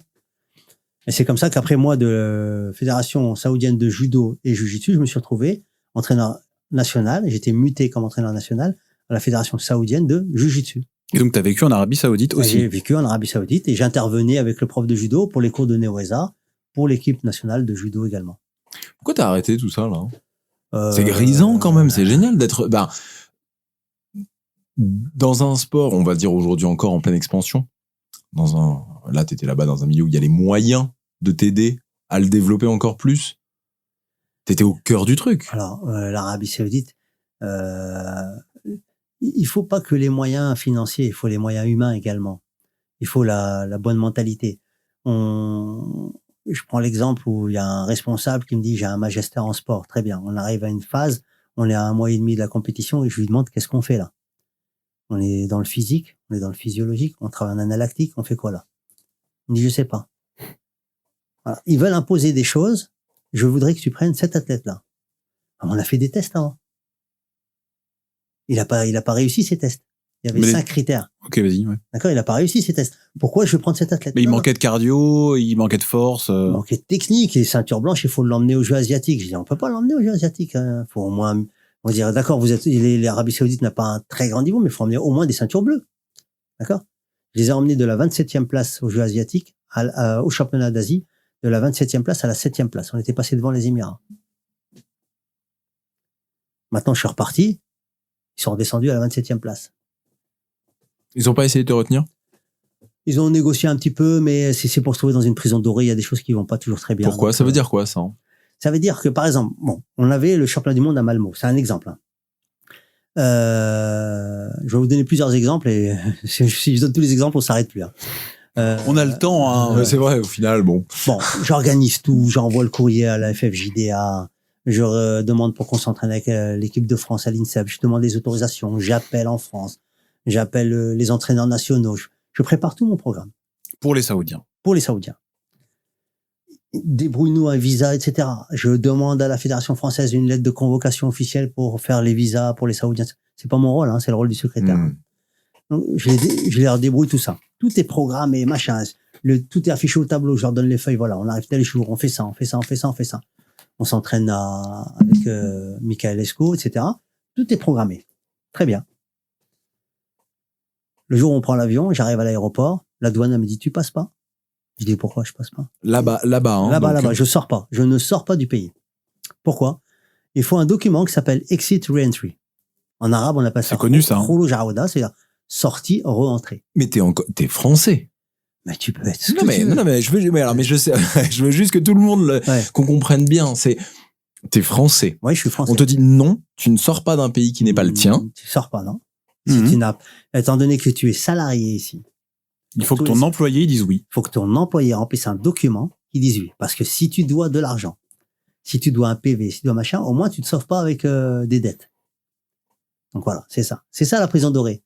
Oui, tu roules en Harley, oui, tu roules avec des belles voitures, oui, tu as un beau logement, etc. Mais tu peux pas sortir. Et après, pour faire venir ta famille, il faut que quand toi tu as rempli ton document, ton sponsor, c'est-à-dire la fédération ou ton employeur, il approuve ce document. Alors, c'est ma femme, c'est pas la sienne. C'est mes enfants, c'est pas les siens. Oui, jusqu'à preuve du contraire, ouais. Donc, je vois pas pourquoi lui il intervient. T'as le droit d'avoir une visite familiale.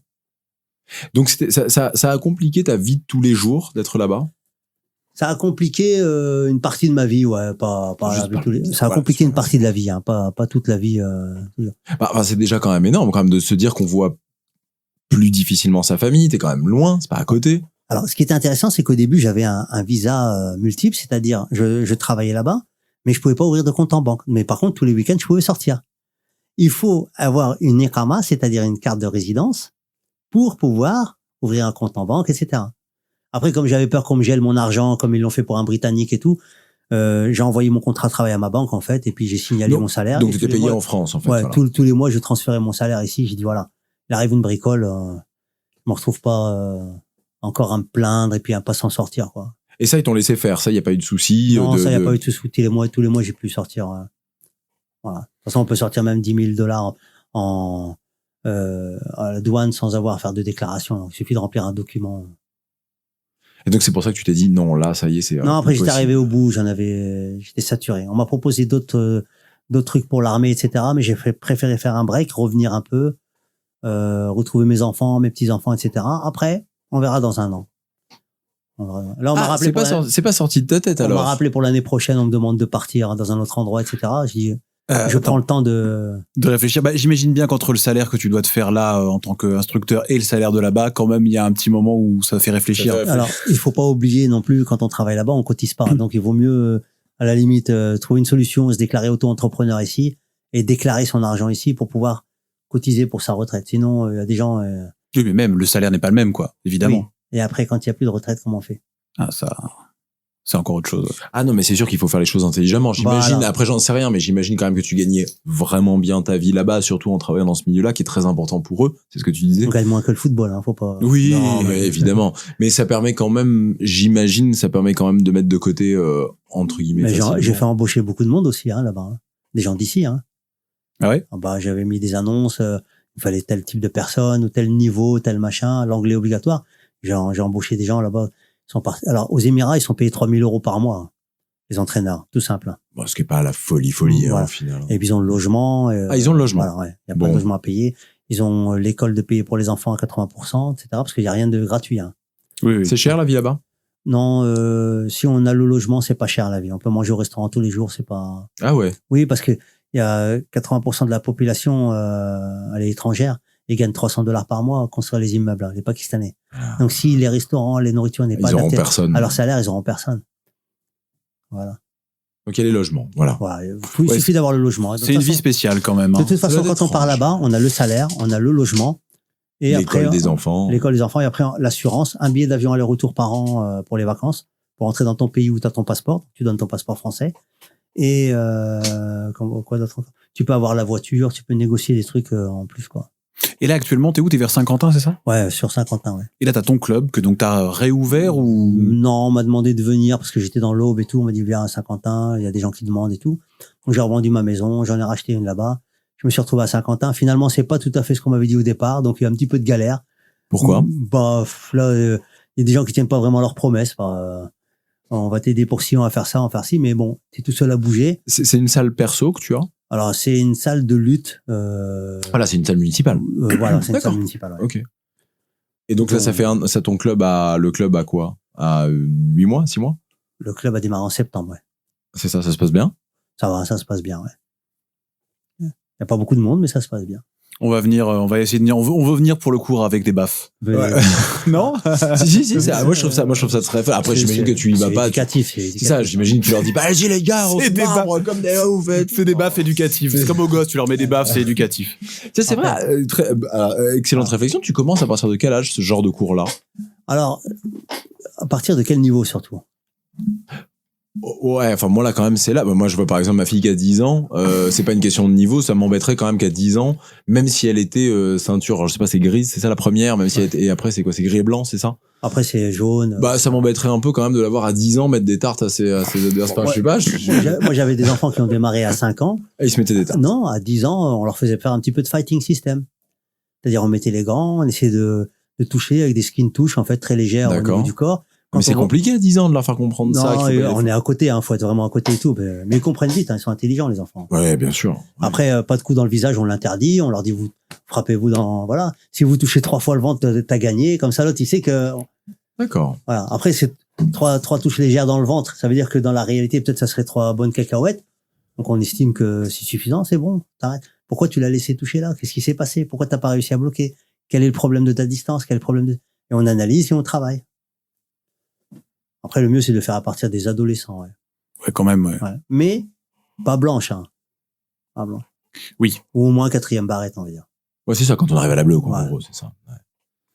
On est arrivé là, on a fait un petit trou dans ton C'est historique. vrai, c'est exactement ce que j'allais dire, je suis Ouais. d'accord. On a coupé entre 96 et 2011, on ne sait pas ce qui On s'est ne passé. sait pas comment t'as eu tes ceintures, qui te Voilà. les a données, comment Alors. t'as appris le jiu-jitsu brésilien, qu'est-ce qui s'est Et passé. puis comment t'as vu tout ça évoluer en fait. Donc, j'ai remis la ceinture blanche. Ouais. En revenant donc des championnats Voilà. du monde. Voilà. Et après, on s'était réunis avec les premiers pionniers là chez Christian Derval pour savoir comment on allait faire, etc. Parce que enseigner avec une blanche, ça paraissait, comment dire, les gens ils comprennent pas. Mais s'il n'y avait pas mieux. Ouais, mais il n'y a pas mieux, mais les gens comprennent pas. Quoi, t'es blanche, moi je suis noir en judo, pourquoi j'enseigne pas? Ça ressemble à du judo, etc. Donc, avec Rickson, ils avaient discuté, puis ils ont trouvé une combine, c'était, tu mets une ceinture noire avec une bande blanche dessus.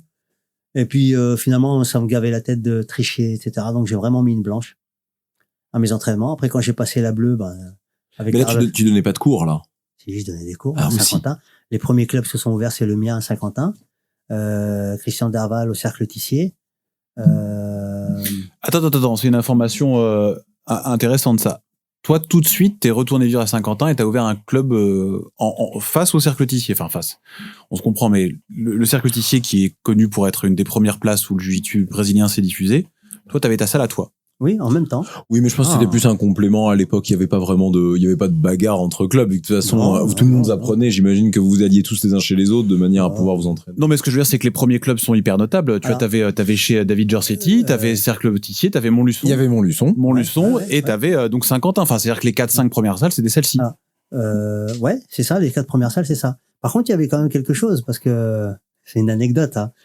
El Kejin. On est là pour ça. On veut plein d'anecdotes. Il y avait des gens qui recevaient des cassettes à Paris, là. Donc ça, vous pourrez demander à Ali Mehoubi vous donnera des Bah noms. oui, c'est au magasin, je sais plus comment ça s'appelait. C'est Antoine Montagne- Simon qui nous en parlait. Montagne À la montagne Sainte-Geneviève. Exactement. Et il y avait des cassettes techniques. Il y avait Gracie, il y avait les Gracie in action d'abord. Après, il y avait Gracie Jiu-Jitsu basique, intermédiaire et confirmé. Et les gens recevaient ça et moi, je les avais pas. D'abord, ça coûtait trop cher pour moi. J'arrivais pas à y accéder. Etc. Et donc, il y avait un groupe de personnes qui gardaient ça secret. Qui étaient ces gens? On veut des noms. Il y en a un, il est plus en France. Je sais plus s'il est aux Philippines. On peut le balancer, lui, ouais. Ça va me revenir son nom, ça. Et en fait, l'idée, c'est quoi? C'est qu'ils recevaient ces cassettes et ils les vendaient pas. Ils les gardaient pour eux. Il les gardait, il révisait les techniques sur les cassettes. Et ils développaient le jiu-jitsu brésilien de son Et côté. puis de son côté, voilà. Et puis nous, par contre, il y a des gens comme moi, on restait sur le dernier stage. C'est-à-dire, on a vu 30 mouvements ou 15 mouvements. C'est ça pendant 3 mois, Comment 4 tu mois, faisais 6 mois. pour retenir tout ça? Ah, mais moi, je dessine très bien, puis j'ai une bonne mémoire au niveau du sport. C'est ce que je disais. Tu tout à l'heure. dessines très bien? Ouais. Mais c'est-à-dire que tu Tu peux dessiner, Jérémy? Ouais, je peux Si dessiner. dessine-moi, c'est comment? Draw me like a French girl. Mais comment tu voyais tes 30 mouvements et ensuite tu rentrais chez toi et tu les dessinais tous ou tu prenais le temps de... Je dessinais quelques-uns et je prenais des notes aussi. Et puis j'ai une bonne mémoire par rapport au sport. C'est un truc de... Tu retenais 30 mouvements Ouais. de une journée de stage. Non, pas une journée. C'est une semaine de stage et je retenais tous les mouvements. Et après, pendant 6 mois, je les travaillais. Et tout le monde faisait ça, hein.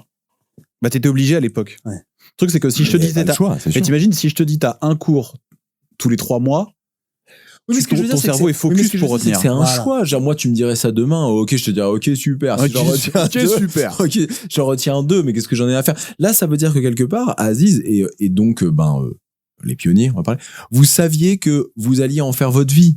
Enfin, que que votre but dans votre vie, c'était de développer ce sport-là. Voilà. Sinon, qu'est-ce que t'en as à faire? Tu as retenu, toi, les 30 mouvements? Dès le départ, on voulait... Il y a des gens comme Guy Mialo et Christian Derval qui voulaient vraiment développer ça en France au C'est niveau ça. fédéral, hein, faire des fédérations, etc. hein. C'était l'idée de départ aussi, hein, dès le départ. Donc c'était une semaine de travail comme on allait en stage, comme aller en un truc de travail, un truc Ouais. où on apprend de nouvelles techniques, tout ça, et puis on les met en application après pendant 3-4 mois, Voilà. le temps que temps de Rickson faire- revienne, Qui reviennent ou qu'on aille ou là-bas. que vous alliez là-bas. Moi, j'allais 2 fois par an au Brésil. Comment tu gagnais ta vie? Dans la presse, je gagnais très bien ma vie. Ah voilà, c'est ça, tu travaillais déjà dans la presse, d'accord. D'accord. ok. Et j'avais un mois d'été en vacances, un mois d'hiver en vacances, et puis j'avais des journées en plus. Donc, le mois d'avril, tous les ans, je partais au Brésil. Puis j'ai organisé des stages au Brésil pendant des années, pendant une quinzaine d'années. Donc, j'emmenais des gens avec moi à qui j'ai fait découvrir le Brésil et tout. Bon, Samir Ben Saïd, plein de gens qui sont ceintures noires aujourd'hui. Hein. Et puis, le mois de juillet, je retournais au Brésil aussi. Et en fait, moi, l'avantage, c'est qu'une fois, il y a Guy Mialo, il m'appelle, il me dit, écoute, il y a 2 filles de la famille Grassi, ils sont emmerdées, elles sont dans le sud de la France, est-ce que tu pourrais voir... parce qu'on les exploite et elles sont là comme étudiantes pour terminer leur diplôme en commerce international. Quoi? Attends. 2 filles de la famille Grassi, ouais. Mais qui? Alors il y en a une qui s'appelait Tatiana et l'autre qui s'appelait voilà. Et elles étaient dans le sud de la France? Ouais. Alors ce qui s'est passé, c'est que Il y en a des Grassi, hein. Ouais. Je dis qu'elle bouge pas, j'appelle le syndicat parce que moi, oui, mais qui pouvait donner des cours de jiu-jitsu brésilien? Non. Ah, je pensais que c'était ça. Excuse-moi. D'accord. J'avais pas compris. Je pensais qu'ils étaient exploités pour ça. Scolaire. Ah, d'accord. Ok. Excuse-moi. D'accord. Et donc, je dis qu'elle bouge pas de là. J'appelle les délégués syndicaux qu'il y a ici en région parisienne. On prend contact avec ceux qui sont dans le sud et on intervient. Et elles sont pas restées. Le lendemain, elles sont venues chez moi. Donc j'habitais Créteil. Hein. Et quand elles sont venues chez moi, on les a hébergées pendant 3 mois. J'ai eu leur père au téléphone, etc. Donc un cousin à la famille Grassi et tout. C'est comme ça que quand je me suis retrouvé au Brésil, ils ont pas voulu que je loue d'appartement. Ouais, tu m'étonnes. Et c'est comme ça aussi que quand mon fils y allait, il avait que 15 ans, 16 ans, il y allait pour des périodes de 3 mois et il allait au cinéma avec Carlos, il dormait chez eux, etc. Donc ah oui, t'es quand même un peu proche de la famille Grassi. Pendant un moment très très proche. Ouais. Moins aujourd'hui, avec le temps peut-être. Non, surtout que depuis que je suis parti aux Émirats, je suis pas retourné au Brésil et c'est ce qui me manque le plus. Donc, mais je suis toujours en contact, virtuel avec eux. Mais avant, 2 fois par an, on se voyait vraiment. Avec qui précisément? Avec Carlos le plus, Carlos Grassi. Carlos Junior donc. Carlos Junior. Ouais. C'est dingue. Carlos Junior, pour ceux qui savent pas, hein, qui est le président de l'IBJJF et le boss de la Gracie Barra. Voilà, c'est lui qui m'avait demandé quand j'étais ceinture marron, pas vraie ceinture marron, parce que j'ai passé les ceintures. Ah oui, voilà. Alors comment ça s'est passé? Tu l'as passé quand t'allais au Brésil? Quand j'allais au Brésil, j'ai passé sauf la violette. J'ai passé avec Mauricio Mota Gomez, le père de Roger Grassi, qui était venu à Montluçon nous faire un stage pendant une semaine. Dont j'ai une cassette encore de ce stage. Oh, tu pourrais la mettre à disposition? Oui, bien sûr. La mettre sur YouTube, un truc du genre? Ah, je saurais pas le faire, ça, mais je la retrouve et je peux demander à quelqu'un de m'aider et puis de vous l'envoyer, ouais. Ah, ce serait génial. Hein? Sérieux, hein? Ouais, C'est à Montluçon? Oui, à Montluçon, ouais. Mais peut-être que Guy Mialo, il en a aussi, hein, parce que lui, il a beaucoup de documents. Hein. Ce serait bien de digitaliser tout ça. Collecter et de mettre, tout ça, c'est vrai. Ce serait bien de réunir les 7 premiers, les 7 samouraïs. Les 7 samouraïs qui restent là, puis faire un truc tous ensemble. Chacun. Un stage, un grand stage. Un stage, ouais, bien sûr. Ce serait top, ça, bien quand sûr. Même, moi, sur Paris. J'avais proposé, il y avait Guy Mialo qui était d'accord, Gaël Quatic qui était d'accord, etc. Puis après, Gaël a eu un problème familial, etc. Donc ça s'était annulé. Ah, ce serait drôle, ouais. Donc Carlos, on était assis au bord du tatami, et puis j'étais ceinture marron, il me dit, ça serait bien que tu ouvres une académie Gracie Barra France. Et je lui dis, non, Carlos, Gracie Barra France, ça marchera pas, c'est trop gros, c'est pas bien. Il me dit, comment ça? Je te propose Gracie Barra Paris. Après, s'il y a un deuxième, c'est Gracie Barra Lyon, Gracie Barra Marseille, mais par ville, pas par pays. Ouais, je suis d'accord. Et il me dit, c'est une bonne idée. Et c'est comme ça que ça s'est lancé. Et alors, c'est toi qui as ouvert la première Gracie Barra? En France, c'est moi qui ai ouvert la première Gracie Barra. Ouais. Il me semble, c'est moi. Et c'était où alors? D'abord à Saint-Quentin, puis après à Lieu-Saint. D'accord, donc la première Gracie Barra, c'était Gracie Barra Saint-Quentin, quoi. Ouais, c'est ça. Ah, c'est marrant. Ouais. Et après, une fois, on était en réunion ensemble, on a discuté. Et c'est comme ça qu'en revenant de cette réunion, j'ai eu une lettre que je peux vous envoyer. J'en ai fait une copie que j'avais donnée à David Giorzetti. De Carlos, qui me demandait que j'étais le seul à être habilité à créer une fédération, etc. C'est comme ça que j'ai créé la CFJJB, la Confédération Française de Jiu-Jitsu Brésilien. Je l'ai déclaré à Saint-Quentin, la préfecture, comme fédération. On a lancé la première année, etc. Puis après, la deuxième année, comme j'avais envie de partir, etc., je me suis arrangé avec les gens qui étaient au niveau du bureau, David Giorzetti et tout. Et c'est lui qui a pris la relève après. Attends, c'est toi qui as créé la CFJJB? Ouais, c'est moi qui ai créé la CFJJB. Tu savais ça, Jérémy? Je veux pas dire de bêtises, mais je crois...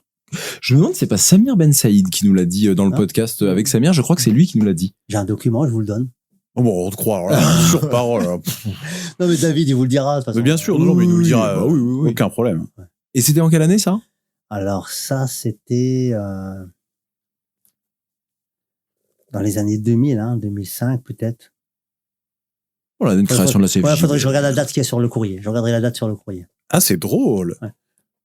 Ouais, tu vois, les fondateurs, c'est ça. Hein. Création de la CFJJB, création de la première Gracie Barra, et puis importation du Jiu-Jitsu, 4e salle de Jiu-Jitsu en France. Ça en fait quand même des premiers pas. Oui, mais on était beaucoup à faire ça. On était, au départ, on était 5-6 à se lancer à ouvrir une salle. C'est simultané, hein. C'est pas.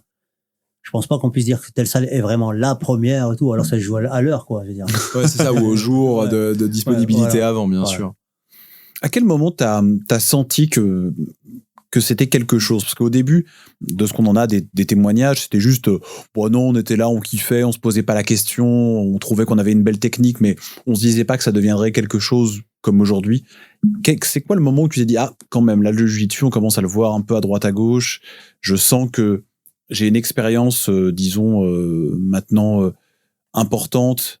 Tu vois, à quel moment t'as senti ça? Dès le début. Vraiment? Ouais. Jiu-jitsu et même à free fight, hein, ce qu'on appelait Valetudo à l'époque. Dès le début, je savais que c'était des sports à potentiel qui allaient pouvoir se développer en France et même dans le monde, quoi. Et dès le début, je voyais ce qui se passe aujourd'hui, j'avais pressenti. Parce que c'est pas ce que nous dit Gilles Larsen, par exemple. Alors, tu me dis si je me trompe, mais Gilles Larsen, lui, il se posait pas plus de questions que ça, il kiffait, et voilà. Je pense que vous aviez pas le même âge aussi, hein. T'es un peu plus âgé que Gilles Larsen, non? Ouais, je suis plus âgé que Pas Gilles beaucoup Larsen. plus, on a l'impression que tu le dis, mais t'as quoi, t'as moins de 10 ans de plus que lui. Je saurais pas dire qu'il J'étais plus intelligent quand même que Gilles Larsen, hein. Ça se voit tout de suite. C'est sûrement parce que je sais qu'il écoute. Là, hein. Ça se voit. Qu'est-ce qu'il va faire? Qu'est-ce qu'il va Vous faire? allez faire la bagarre. J'ai un Gilou. C'est notre Gilou. Non, mais c'est parce qu'il est quand même plus jeune que toi. Je pense que lui, il voyait le côté bagarre. Toi, tu voyais le côté développement, le côté prof. Et puis, on sent dans tout ce que, quand tu parles, on sent que tu aimes apprendre et enseigner. Oui, j'aime bien. Lui, ça. je pense qu'il aime se battre. Ouais. À la base, maintenant, il adore enseigner, il adore apprendre. C'est clairement un mec. Mais, je sais même pas si, c'est pour ça que je demandais tout à l'heure d'où venait ton besoin de sport de combat, mais je sais même pas si la bagarre en elle-même te plaît. J'ai l'impression, de ce que j'entends, j'ai l'impression que ce qui te plaît, c'est l'accomplissement. Ouais. Mais là, je suis dans une phase de transition où des fois, j'ai plus envie d'enseigner. J'ai vraiment envie de me mettre dans une salle et voilà, pas donner la leçon, de suivre la leçon. Et des fois, bon, quand les leçons me correspondent pas, de reprendre les mouvements de base, de réviser, de revenir au point de départ, de retourner à la source. Et alors, en revenant bon, alors non, parce que t'as dit que tu voulais revenir aussi pour ta famille, mais en quittant les Émirats, pourquoi pas aller proche là-bas de tes amis Gracie, Alors, en 96, au Brésil. quand j'étais au... Non, je parle de maintenant, aujourd'hui, puisque justement, tu dis là, aujourd'hui, t'en es là, Ouais. et que t'as envie, t'aimerais reprendre les bases, tout ça. Ouais, mais le jiu-jitsu, il a plus le même style d'entraînement qu'il y avait avant. C'est ça qui change. C'est-à-dire que la dernière fois, j'avais un athlète qui vient dans ma salle, on s'entraîne, donc il a des ceintures blanches. Moi, je lui dis, bah tiens, t'en as déjà fait un petit peu? Il me dit oui, j'en ai fait un petit peu. J'y serais bien. Je dis, juste dis-moi la première technique que t'as appris. Normalement, je m'attendais, il me dit, j'ai appris à tomber, à chuter, à rouler. À rouler. Ah ouais. J'ai appris ça être contrôle. La clé de bras dans la garde. Ce qui est déjà un peu avancé finalement pour un premier truc. Au final, c'est déjà avancé pour. Ouais. Bon, un truc simple quoi.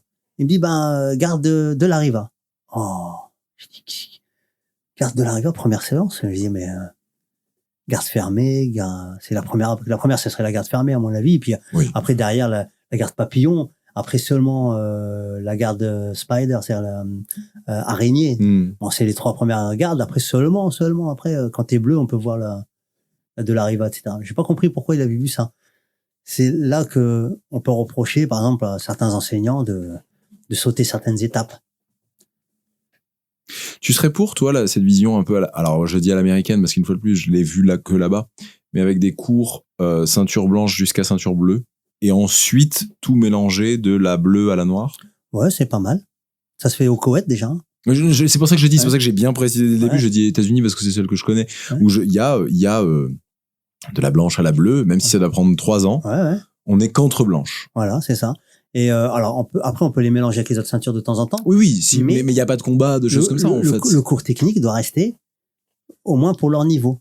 Parce que c'est ça quand sans blâmer, tu dis je comprends pas certains professeurs. En fait, le truc c'est qu'à partir du moment où il y a toutes les ceintures mélangées, c'est difficile d'enseigner.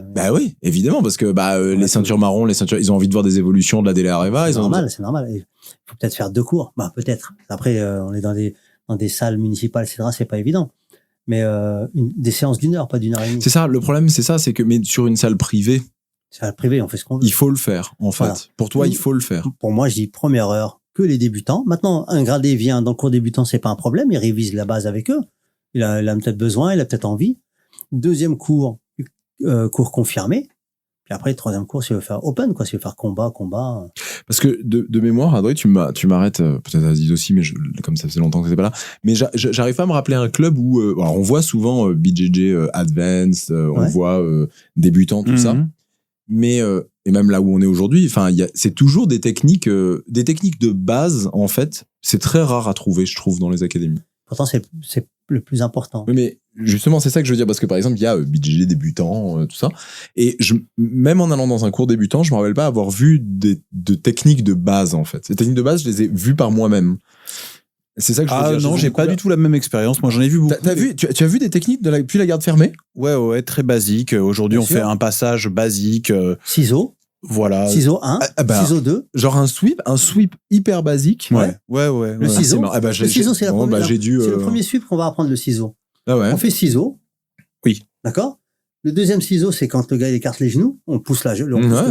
Ça fait ciseau 1, ciseau 2, il y en a déjà assez là pour démarrer avec la blanche. Oui, c'est plutôt pas mal, ouais. Hein? Et ça marche, ça, à tout Après, niveau. on peut voir l'étranglement. Là, on voit l'étranglement, donc il est dans la garde. Voilà, ça fait déjà pas mal là. Oui, il y a quelques mois de travail. Après, dès le départ, on leur explique, attention, le gars est dans la garde, il est entre vos jambes. Ouais. Maintenant, l'inverse. Vous montez à cheval, il est entre vos jambes. Ouais. Toutes les techniques qu'on a dans un sens, on l'a dans l'autre sens. Les étranglements qu'on a là, on les a là. Les clés qu'on a là, on les a là. Il y a un truc où aujourd'hui, en fait, dès les 2 premières semaines de Jiu-Jitsu, t'es là depuis 2 mois, tu peux tout de suite aller faire de la compète. Et je pense que le concept de s'occuper des débutants et leur raconter leur enseigner des techniques très simples et prendre le temps, prendre le temps de grandir est un peu cassé par ce rythme où t'as tout de suite la possibilité d'aller faire de la compète. Et puis, il y a de la concurrence aujourd'hui, des clubs, il y en a, hein. Oui, mais c'est pas un problème. Il y en a beaucoup. Bah, en fait, le truc, c'est que je pense que des gens qui s'embêteraient ou qui auraient l'impression, de ne pas progresser parce qu'on voit pas de berimbolo, parce qu'on voit, la personne te l'a dit, te dit, ouais, dès l'arrivée, tranquille. Ceinture blanche. Ouais. Je me demande aussi dans quelle mesure, une personne, ça la découragerait et se dirait, bon, attends, je préfère aller à 150 mètres où il y a un autre club et où ça bouge un peu plus et tout ça. Mais au final, je suis d'accord. Peut-être qu'il l'apprendrait moins, les bases seraient moins solides. J'ai sorti une feuille, 40 techniques dessus. C'est le passage de la blanche à la bleue chez Erickson Gracie, qu'on a depuis 95. Je travaille avec ce truc-là depuis 95. Je l'ai posé sur la table et je dis, voilà, qu'est-ce que tu connais là? Moi, je te le dis, tu me montres cette feuille. Honnêtement, je pense qu'il n'y a pas la moitié que je sais faire. Non, je suis sûr que tu te trompes. En fait, il y a des choses instinctives. Non, vous savez les faire. Ce qu'il y a, c'est que par exemple, il y a certaines techniques où il y a un protocole à suivre. C'est 1, 2, 3, 4, 5. Par exemple, j'ai expliqué en stage la dernière fois de la side control pour monter à cheval. Il y a 5 positions. 1, 2, 3, 4, 5. Voilà. Donc, si tu en sautes une, il va y avoir un problème dans le futur. Donc ça, je le... Et ben voilà, c'est exactement ce que je dis quand je dis je suis pas sûr que j'y arriverai de ça. En fait, je crois que c'est ça. Je pense que j'y arriverai pas bien. Le vrai truc, c'est ça. Et en ceinture violette, normalement, quand tu lances une technique, la personne en face, sauf si elle est de la même ceinture ou au-dessus, ne devrait pas avoir la possibilité d'en sortir ou de l'éviter normalement, chaque point de contrôle est contrôlé, on va dire. Chaque point de contrôle est contrôlé, ouais. Mais c'est vrai. Et ça, moi, je trouve, alors peut-être que c'est l'académie dans laquelle j'étais au début, c'est possible, j'en sais rien. Mais moi, aujourd'hui, en ceinture violette, je pense que j'ai pas ça. Je l'ai pas. Tu me sortirais cette feuille-là, je pourrais pas te dire. C'est ça quand je dis, évidemment que la technique en elle-même, j'y arriverais, j'aurais le point A et le point D. Mais est-ce que j'aurais le point B et le point C? Je suis pas sûr. C'est ça qui est important. Et le problème, c'est que c'est ça qui est important. Pour la base. Dans notre sport, je parle. Après, on peut sauter un point en fonction du grade qu'on a. On saute ce point-là parce que j'ai pas ce problème-là. D'accord? Je peux aller du point C au point E parce que le point D, il est inutile parce qu'il a pas levé la jambe, par exemple. Donc voilà, ça on peut le faire. Après, faut pas oublier qu'en jiu-jitsu tout est possible. On peut très bien contrôler un gars super bien et le mec il va sortir quand même parce qu'en face c'est pas un mannequin, c'est une personne vivante. Jérémy et moi on est grands fans des gens qui proposent des techniques sur internet face à des adversaires qui bougent pas. Voilà. Et qui après attend où ils font des bruits sur leurs cuisses comme ça. On est assez fans. Ce qui est important en jiu-jitsu, c'est par exemple, je montre un mouvement. C'est pas bien quand les élèves ils disent oui, mais si je fais ça ou si je fais ça. Non, je montre ça parce que j'ai besoin de quelque chose derrière. Donc on va travailler ça. Après, on va derrière. Après, on verra. On répondra à ta question de si je fais ça ou si je fais ça. D'accord. Bon. Mais si tu fais ça, c'est pourquoi tu fais ça? Parce que tu connais ce mouvement. Parce que par exemple, une fois, sur une position, je demande 5 possibilités à un gars. J'arrive à en faire que 3. Bon, quand on arrivera à la 5e, on pourra envisager, justement, d'avancer le reste. Mais en attendant, on peut pas dire si je fais ça ou si je fais ça. Voilà. Donc c'est ça. Mais il y a pas de, je peux très bien te tenir en contrôle et puis tu sors, hein, y a pas de problème, hein, et j'ai pas le droit de te dire, aujourd'hui je suis fatigué, je suis pas bien, c'est pour ça que j'ai mal aux dents. C'est pour ça que t'es sorti. Ça veut dire quoi? Ça veut dire que je suis parfait. Ouais. Hein, et puis qu'en fait tu vois rien du tout et puis que t'es sorti parce le principe des formes de corps, c'est une chose, on a tous une forme de corps et une manière de les faire différente. Donc c'est sûr qu'un contrôle fonctionnera sur quelqu'un et pas sur quelqu'un d'autre. Non, on a la base qui est standard. Après, on va développer le reste. Par contre, si tu dois sortir, tu sortiras. C'est parce que tu as bien fait ton travail. À moi maintenant à faire un travail un peu mieux ou m'adapter, adapt myself. C'est-à-dire, je vais adapter mon. Tu vois ça comme un enseignement même pour toi. Oui. C'est rigolo. Bah, c'est Il normal. n'y a pas beaucoup de profs, je pense, comme ça. Ah ouais, non, c'est pas tout le monde on en a eu des gens à ce micro-là. Il y a peu de gens qui voient tout comme un enseignement. Qui dit je donne un cours, mais en fait, et là tu nous as pas dit je vais lui montrer au jeu, tu dis je vais voir comment faire moi. C'est-à-dire que après, quand on est en combat, par exemple, je te prends sur une bonne position que j'aime bien, puis t'es sorti 1 fois, 2 fois, 3 fois. Je peux ne m'en prendre qu'à moi-même. T'es sorti parce que d'abord tu mérites de sortir, parce que t'as fait ton travail. C'est peut-être un mouvement que tu as travaillé 3600 fois par jour. Plus de 10 000 heures. Plus de 10 000 heures. Exactement. Donc c'est normal que tu sors. Maintenant, s'il y a un problème, c'est pas parce que je suis fatigué ou je suis malade ou je suis vieux. Non, c'est parce que tu travailles bien, c'est tout. À moi. Non, mais c'est bon d'entendre ça. C'est très très bon d'entendre ça parce que. À moi, me remettre en question. Hein. On n'a pas eu de gens qui défendaient clairement le fait de dire, non, mais si je suis ceinture noire, aucune ceinture bleue ou violette, parce que marron c'est un peu plus logique, ne peut sortir de ce que je fais. Sinon, c'est que j'ai un problème moi. Personne, on a eu que des gens comme ça. Mais il y a des gens qui te diront ça. Hein. C'est ma façon de voir. Hein. Maintenant, ça se prouve aussi, c'est facile. Hein. Tu t'entraînes beaucoup, tu combats encore beaucoup, t'es complètement en forme et tout. Non, mais c'est vrai, c'est une vraie question. J'ai souri parce que Gilles Arsène, il peut presque plus s'entraîner à cause de douleurs au dos. Il s'est fait opérer, c'est ça. Enfin, il peut plus vraiment tourner, donc. J'ai besoin de m'entraîner. Mais physiquement, tout suit encore. T'es chaud. Alors. T'es un petit peu vindicatif quand même. Quoi, déjà tout à l'heure, les Arabes, c'est ça. Tout à l'heure les Algériens. Maintenant tu dis quasi c'est vieux. Je trouve pas cool quand même. Non. Non, ce qu'il y a, c'est que comment dire. Par exemple, la dernière fois avec l'équipe nationale d'Arabie, on avait fait un jeu. Bon, c'est pas vieux, parce que je suis rentré en avril. Et il y avait l'autre entraîneur. Non, il se justifie. Ouais, en avril encore, je bougeais. Je veux dire, c'est pas cool ce que tu dis. Donc, on fait un test de Cooper. D'accord? Qu'est-ce qu'un test de Cooper? Bon, alors là, on avait pris dans le gymnase, dans le centre olympique, on avait mis des plots et on tourne et il y a un sifflet, on doit arriver au plot à chaque sifflet. D'accord. Mais le temps se raccourcit à chaque fois. Mm-hmm. Et donc, il y a niveau 1, 2, 3, 4, 5, 6. Et j'avais dit à l'autre entraîneur national, j'ai dit, viens, on va le faire avec eux, on va s'amuser, on va les motiver. Et on leur dit, ceux qui abandonnent avant l'un des entraîneurs nationaux ne rentrent pas dans l'équipe nationale. Ok. C'était vrai ou c'était c'était pour les motiver. Rigoler, pour les motiver. Non, c'était sérieux, mais d'accord. On peut pas non plus. Après, ils peuvent avoir des problèmes ou une tendinite ou n'importe.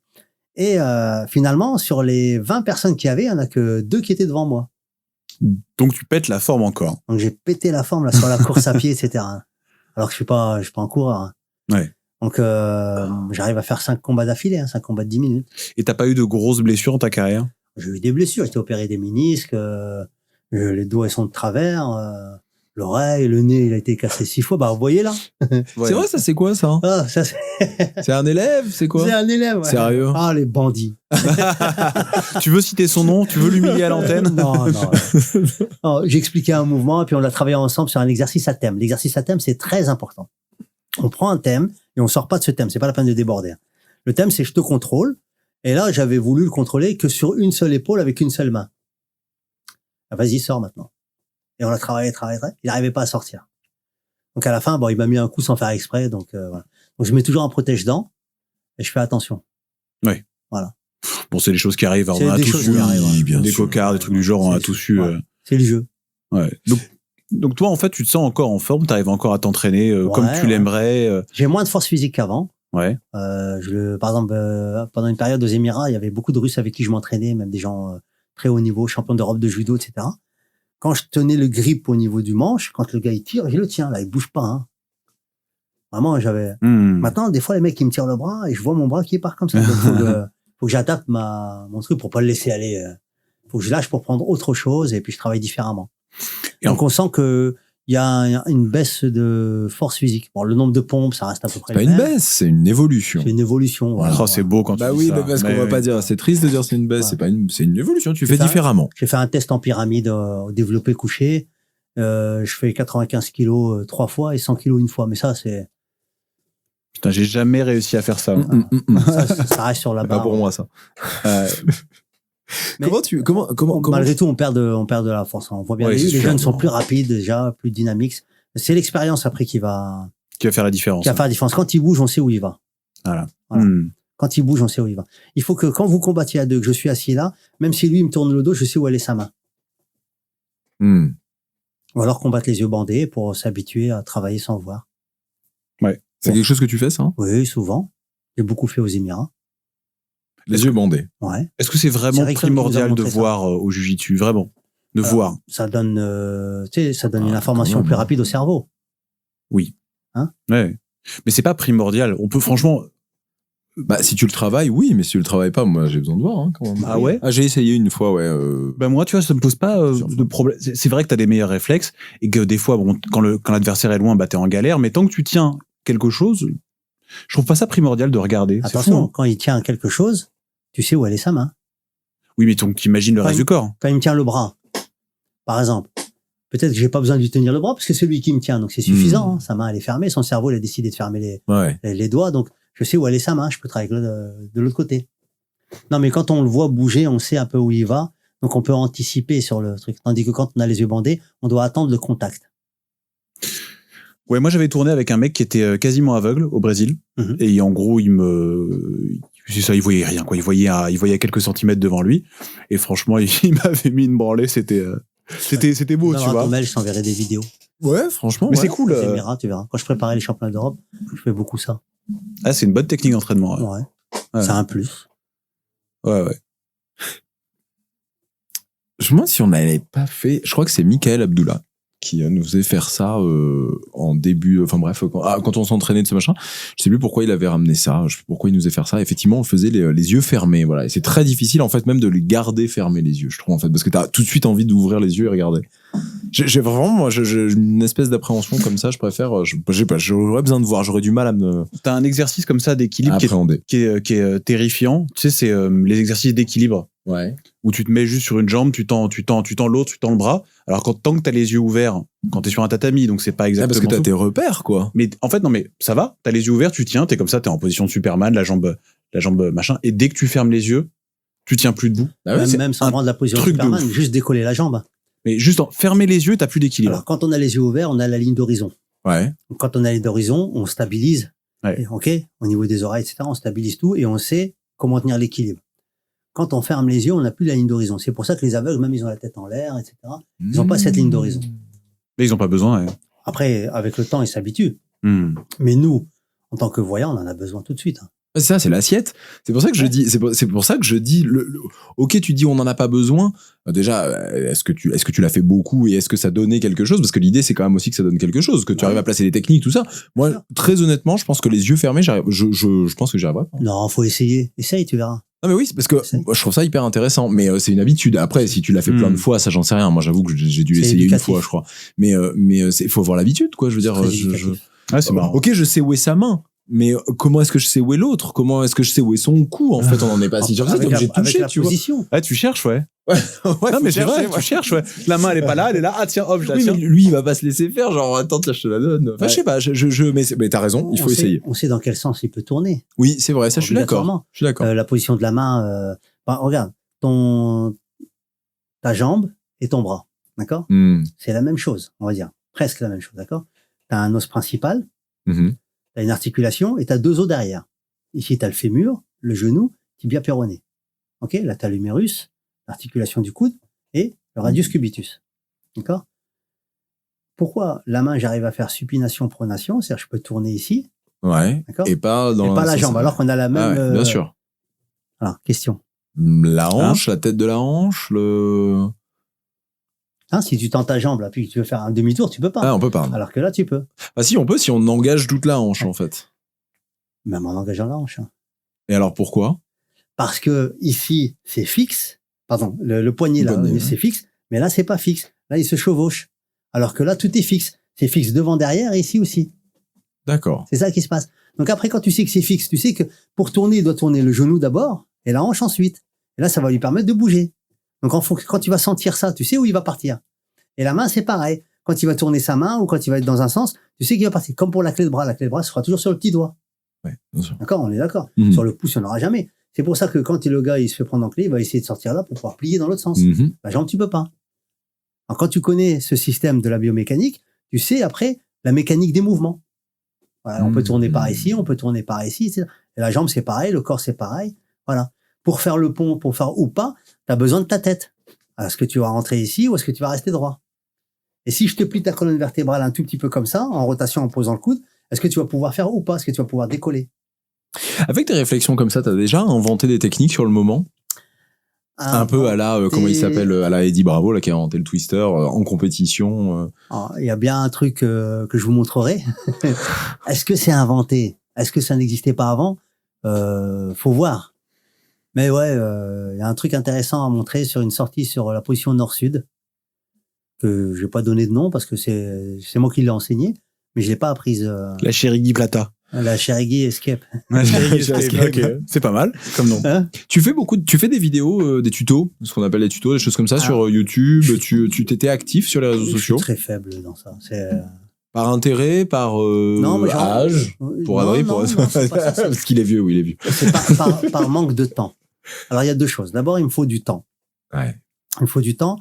Et il me faut les bons logiciels et tout pour mettre sur l'ordinateur et puis mettre les bonnes scènes au bon moment. Parce que si je mets la truc complète, ça fait amateur, ça fait...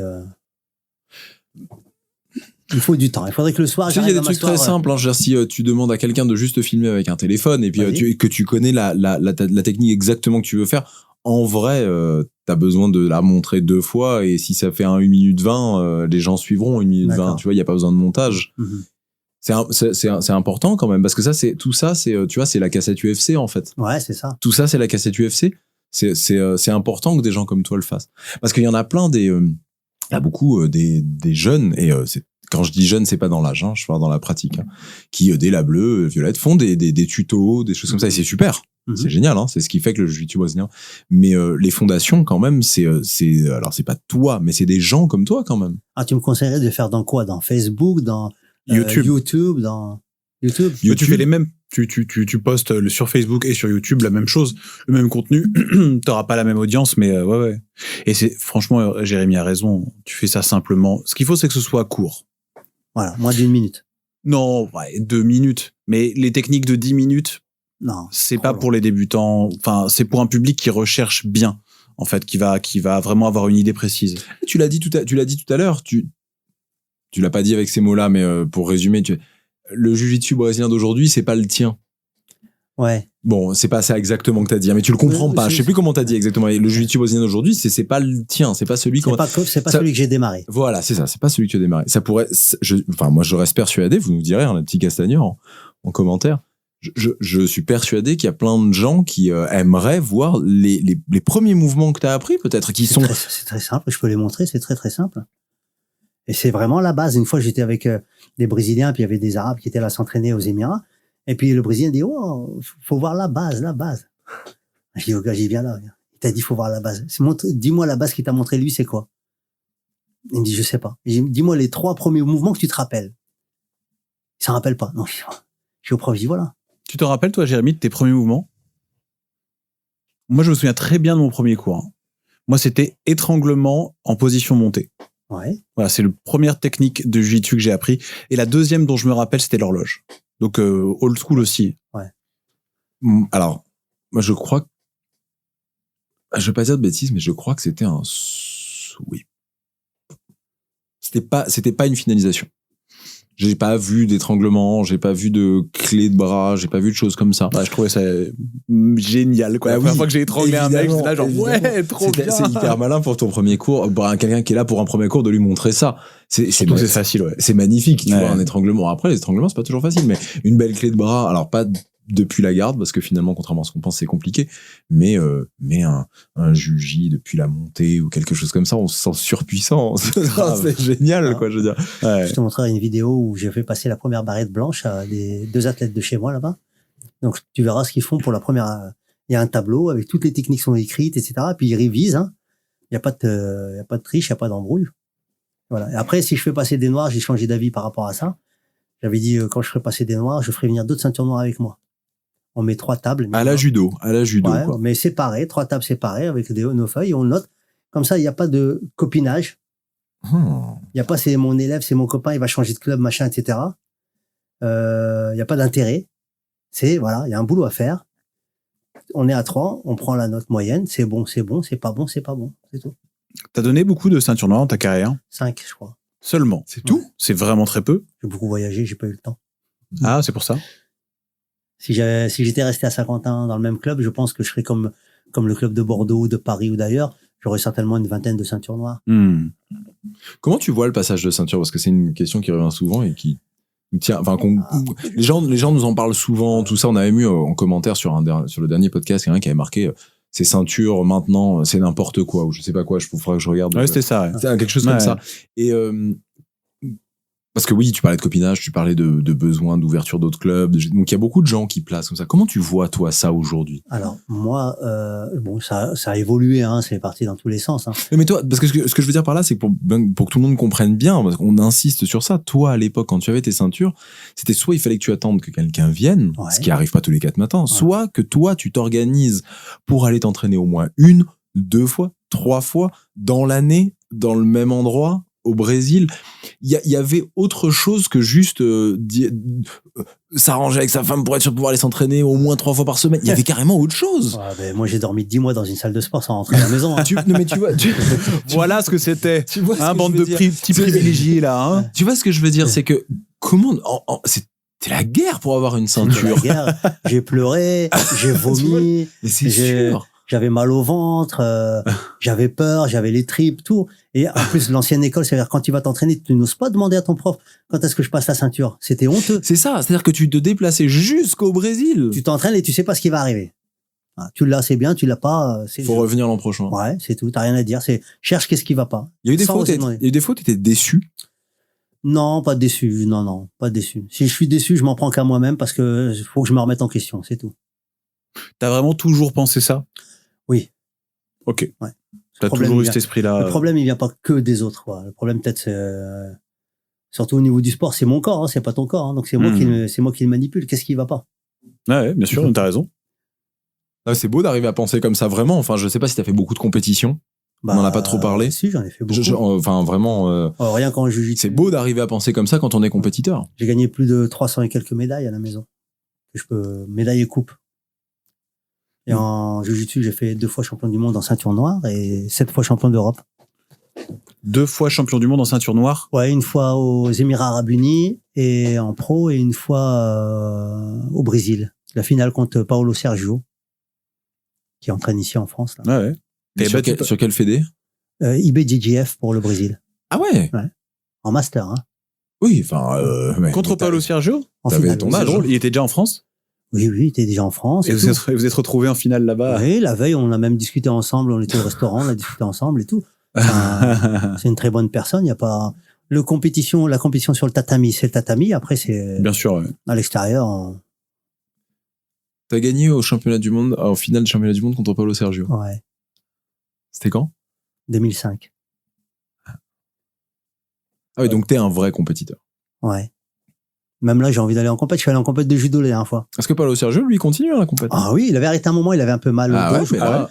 Comment on l'a vu à Paris, là, au GF de Paris, bien sûr. Il a repris, il a fait attention à son poids et tout. Encore, moi, j'arrive même plus à maigrir. C'est magnifique. C'est magnifique. C'est magnifique. Ouais. J'adore. Ah, c'est un vrai truc. Tu sais, c'était Dao qui nous disait ça, que il y a quelque chose d'inhérent au jiu-jitsu qui est le fait de pouvoir continuer toute sa vie. Et c'est vrai que c'est quelque chose qui appartient à notre sport. Et il va même plus loin, hein, puisque c'est Eric qui nous en parlait, c'est que pour lui, les vrais gagnants dans les championnats du monde, c'est les masters. Parce qu'il dit, c'est souvent des gens qui ont des familles. On n'est pas aux États-Unis ou dans des gens qui ne font que ça, ou au Brésil, des gens qui ne font que ça, mais qui ont des familles, qui ont un métier, qui s'entraînent quand ils peuvent. Ouais. Et il dit que les vrais champions, pour lui, c'est les masters. C'est rigolo. D'ailleurs, Dao qui a fait 2e au J'ai vu ça. World Nogi, donc en master, j'imagine, pour le coup, master 1, je crois, Dao, et qui a fait 2e. Et félicitations à lui. C'est beau quand même. Oui, bien sûr, c'est beau. Bien sûr, c'est très beau. Il y a rien à dire. Parce qu'il a raison. C'est vrai qu'on est dans des configurations, nous, où on travaille, il faut qu'on trouve le temps. On n'a pas les sponsors, on n'a pas les trucs comme ça. C'est beau. Exactement. Il faut travailler pour vivre et puis après, on a ça en plus. Exactement. C'est beau. Donc comment tu vois, alors pour revenir sur ça, les ceintures, comment tu vois ça toi aujourd'hui, de ton œil de vrai ancien et donc de celui qui a amené le jiu-jitsu brésilien en France? Maintenant, moi, je leur donne toujours des feuilles pour chaque ceinture, de la blanche à la bleue, de la bleue à la violette, etc. Un programme qui est fait. D'abord, je suis en train d'écrire un livre sur ça en plus. Et après, ils ont qu'à me mettre au stabilo, ce qu'ils savent, hein. Et on révise, hein. C'est tout. Après, quand ils passent l'examen, c'est comme on faisait avec Rickson, il y a un pourcentage d'erreur qui est accepté pour avoir la ceinture. Quand même permis de conduire, quoi. Tu fais ouais, c'est ça. Ah, toi, tu fais un examen. T'es pas au contrôle continu. Toi, t'es à l'examen. Il y a un contrôle continu qui compte, mais l'examen, il est important. L'examen, il est en situation de stress. Je connais personne qui fait ça. Non, mais en fait. Alors, qui d'autre fait l'examen? Tous les gens à qui on a parlé. En France, tu veux dire, ou à l'étranger? Moi, Fernandez. Je pense pas. Je pense pas, il nous en aurait parlé. Alors, il y a Paolo Sergio qui le fait, puisqu'il y a une journée, et tu la payes même. Il y a Paolo Sergio qui le fait, donc ça, c'est sûr. Après, il y a aussi le même principe du continu, hein, mais il y a une journée où tu passes ta ceinture. Donc ça, je l'ai déjà vu à l'étranger, moi. Mais il me semblait que Manu Fernandez faisait ça. Peut-être que je dis des bêtises. Ça, je suis pas sûr. Après, ça n'engage que moi, hein. Chaque prof, il fait comme il veut. Bien sûr. Moi, j'aime bien cette méthode. J'aime bien où le gars, il sait que, oui, il a gagné telle compète, oui, il a gagné avec 3, 4, 5 mouvements qu'il maîtrise parfaitement. Mais demain, quand il sera ceinture noire, moi, je vois ça, en fait. Dès le départ, je vois demain, tu seras ceinture noire. Qu'est-ce que tu vas enseigner? Donc, dès le départ, on a un programme. Dès le départ, on travaille et on fait l'examen. Voilà. Même si tu les connais pas 100% bien, tu sais les faire. Ça, c'est ton spécial, ça, non. Et mon spécial, c'est pas le tien. Voilà. Mais au moins, tu connais tes mouvements. Et ainsi de suite. Et ton but, c'est que tes ceintures noires soient capables d'enseigner. En fait, t'en fais des profs, c'est ça? Voilà. Mon but, c'est qu'ils soient capables éventuellement d'enseigner. Et surtout, s'ils enseignent, que je leur ai pas appris, non, une partie seulement, 70 ou 80 ou 90% du jiu-jitsu. Et laisser tomber le reste. Et après, eux, ils le savent pas, ça n'existe pas pour eux, parce qu'ils l'ont pas appris. Et donc, pour les suivants, ça n'existera pas non plus. C'est un héritage. Et l'héritage, il faut le transmettre tel qu'il est. Après, on peut ou ne pas aimer les techniques ou le machin, mais ça fait rien. Voilà. Et t'es intraitable là-dessus. Même le meilleur du monde, il passe pas son examen, il a pas sa ceinture. Ben, ça marche pour tout le monde, l'examen, parce que les gens sont conscients, ils sont volontaires. Ouais, vraiment? Ouais, tout le monde. Même les champions, tout ça, ils sont volontaires, ils savent qu'ils... Voilà, à partir du moment où c'est mis en place, c'est mis en place. Hein. Voilà ce que j'allais dire, si tu le sais au départ, bon. Ouais. Bah, d'un côté, ça peut être grisant, tu vois. C'est ce que je me dis. Moi, je réagis très mal en période. Le principe de m'imaginer que c'est un passage. Bah, nous a fait nos passages, hein, moi-même pour la violette et tout. Mauricio Mota Gomez, hein, il nous a fait les passages et tout. On a les vidéos. Hein. Non, mais ça se fait dans tous les autres sports. J'avais passé ma violette. À la fin, il me dit combat. Après, il me dit combat avec 2 bleus. Il m'a fait combattre avec 2 bleus. En même temps. En même temps. Mais bon. Ça servait à quoi? Ça servait à rigoler. À rigoler. C'était pour moi, d'accord. Mais au moins, t'es volontaire, t'y vas, quoi. Tu y as été. Bah oui, hein, c'est le jeu. Oui, bien sûr, évidemment. Et puis c'est rigolo. Même en entraînement, je le fais des fois 2 contre 1, 3 contre 1. 2 contre 1, comment tu réagis? C'est compliqué, hein. T'es quand même axé self-défense, quand même. Et puis, bon, tu l'as dit tout à l'heure, c'est ton jiu-jitsu, c'est le premier vrai jiu-jitsu. Bah, c'est self-défense. Voilà, c'est ça. Donc t'es quand même très self-défense. C'est le jiu-jitsu qu'il y a derrière, ouais. Comment tu prépares tes élèves aujourd'hui en compétition? Parce que on en parlait, le berimbolo, le truc comme ça, c'est inévitable aujourd'hui. La grosse dès l'arrivée, dès la ceinture bleue, c'est inévitable aujourd'hui. Surtout, le niveau explose en ce moment. Voilà. Comment tu vois ça, toi? Alors moi, faut pas oublier que quand j'étais entraîneur national, j'ai pas à travailler des choses, comment dire, avec des élèves comme si c'était mes élèves. Ce sont des élèves d'autres professeurs qui sont sélectionnés en équipe nationale. Je travaille dans le haut niveau. C'est vrai que c'est une autre approche. Hein. Ouais, mais je parlais même aujourd'hui, tu vois, à Saint-Quentin, dans ton club. Saint-Quentin, c'est différent. Mais par exemple, au niveau national, quand j'entraînais, je prends les athlètes, je les fais travailler, je regarde ce qu'ils ont. Et quand on est proche de la compète, j'ai rien à changer. Je peux pas changer leur jeu, sinon je vais les détruire. Donc je vais améliorer ce qu'ils savent faire. Et après, on a le temps pour l'année prochaine de préparer un programme. Ça. Là, ce qui est facile à Saint-Quentin, c'est qu'ils sont tous ceinture blanche, sauf j'ai un Brésilien là qui est ceinture bleue. Donc au moins, on travaille les bases, etc. et on avance tous ensemble. Ouais, le côté compétition, là, pour l'instant, ça a un peu d'intérêt. Je leur ai dit, écoutez, vous pouvez y aller si vous voulez, c'est sous votre responsabilité. Moi, je me déplace pas. Quand je me déplacerai, c'est quand je vous dirai, vous pouvez y aller. Là, je viendrai coacher des gens qui, je pense, sont capables de faire quelque chose, même s'ils ne le font pas, même s'ils ne réussissent pas. Eh ben non, ils avaient quand même tout le potentiel et toutes les techniques et tout le physique pour pouvoir le faire. Tu en as qui y ont été depuis là que t'as ouvert? Non. Non, ils écoutent. Ouais, ils écoutent, ça va, ils sont adultes. Mais maintenant, ils y vont. Oui, tu t'en fous. Pareil pour toi. Ouais. T'arrives à t'amuser avec un club comme ça de débutants, alors que t'es passé quand même à, en gros, pas sélectionneur, mais entraîneur d'équipe nationale pendant des années. C'est bien pour l'ego, ça fait du bien. Pourquoi? Parce que ça évite d'avoir la grosse tête. D'avoir la grosse tête, ouais. Mais t'arrives à t'éclater à travers les débutants? Alors, je travaille différemment. Par exemple, je fais pas de mouvements que je n'aurais pas appris. Comme ça, on est à égalité. C'est sympa, ça. Ah! Ouais. Donc, quand tu combats contre eux, je fais pas un truc qu'ils savent pas. Tout ce que je leur fais, ils le savent. C'est que moi, ils savent l'éviter, ils savent en sortir. En tout cas, comme moi, je l'ai fait plus de 10 000 heures, c'est déjà plus compliqué pour eux. Alors, ça, je trouve ça. Non, mais je trouve ça génial parce que c'est exactement ce que je sais pas comment c'est exactement ce que tu expliques depuis tout à l'heure. C'est-à-dire que quelque part, si ça marche pas, tu peux t'en prendre qu'à toi-même. Ouais. Quand un prof fait plus que ce qu'il t'a appris, tu peux pas t'en prendre qu'à toi-même parce que il est plus fort que toi et puis il a balancé des trucs que tu ne connais pas, il a balancé mais là de dire non, moi t'inquiète pas, je ne ferai que ce que tu connais. Ouais. Là maintenant la personne en face, donc ton élève en l'occurrence, ne peut s'en prendre qu'à lui-même. Je montrerai les photos, hein. Moi le tableau il est affiché, tous les mouvements qu'on a vus sont nommés. Je ferai que ces mouvements-là. Ah c'est marrant ça c'est nouveau, ouais.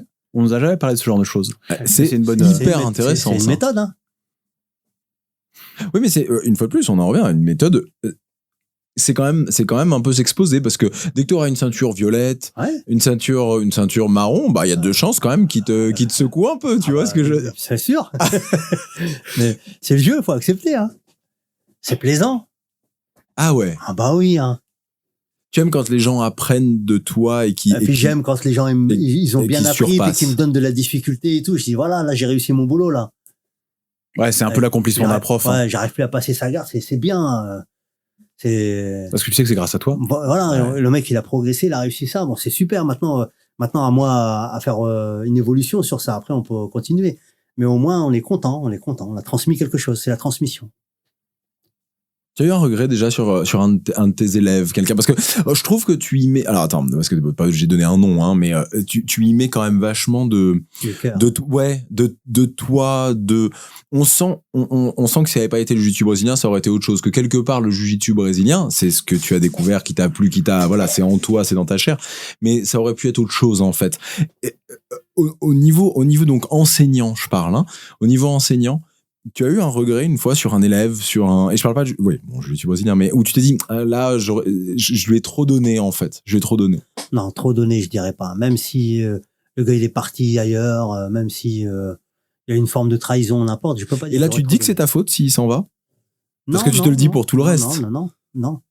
Si quelqu'un s'en va de ton club, tu te dirais, parce que c'est ce que tu te dis quand tu perds, hein, tu te dis, c'est ma faute à moi. Ouais. Là, si quelqu'un s'en va de ton club, tu te dirais, c'est à cause de moi? Non. C'est pas obligatoirement à cause de moi. Ça peut être lui, il a un mauvais caractère. Ça peut être une personne avec une éducation différente. Ça peut être une mentalité différente. Oui, mais au même titre que quand tu perds, alors c'est pas forcément. Parce que tu as dit tout à l'heure que si tu perdais, tu ne pouvais que t'en prendre qu'à toi-même. Oui. Quelqu'un qui s'en va de ton club, techniquement, c'est une défaite aussi. Là, tu ne te dis pas que tu ne peux t'en prendre qu'à toi-même. Il y a un problème dans les arts martiaux actuels. D'accord, contrairement à ce que j'ai démarré moi. Nous, dans le temps, quand on était dans un club, on restait dans le club. On respectait notre prof. Jusqu'à aujourd'hui, mon prof que j'ai eu en 75, je le respecte toujours pareil. Je vais dans sa salle, etc. Je sais pas si j'habitais là-bas, je serais encore chez lui. Alors, peut-être je prendrais une licence ailleurs, en lui demandant l'autorisation. Je dirais, voilà, je prends ma licence là parce que le club là, il va m'emmener haut, mais je viens ici m'entraîner avec vous. 1 fois par semaine, 2 fois par semaine. Par respect, par attachement. Par attachement. Bon. Après, aujourd'hui, les jeunes d'aujourd'hui, ils font des trucs qu'on faisait pas nous avant. Les open mat, je m'entraîne avec maintenant je m'entraîne avec tout le monde, mais je veux dire, comment dire, avant on était lié au club par l'amitié, par l'honneur. Maintenant non, c'est du business, c'est-à-dire les gens ils viennent prendre chez toi, chez moi, et après même pour les ceintures, hein, le gars il est blanc chez moi, il s'entraîne 2 séances chez toi, oh tu mérites la bleue, hein. Je comprends pas. T'es sûr? Ouais, bah viens chez moi, tu verras. Viens chez moi, hop, tiens, t'es bleu. Après, il va aller là, on est en stage, hein, tu sais que tu mérites la violette, hein, je comprends pas ce qu'il fait.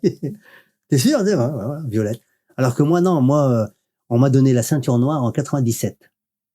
D'accord? J'ai fait le combat dans la cage à Tulsa, en Oklahoma, contre Joao Roque.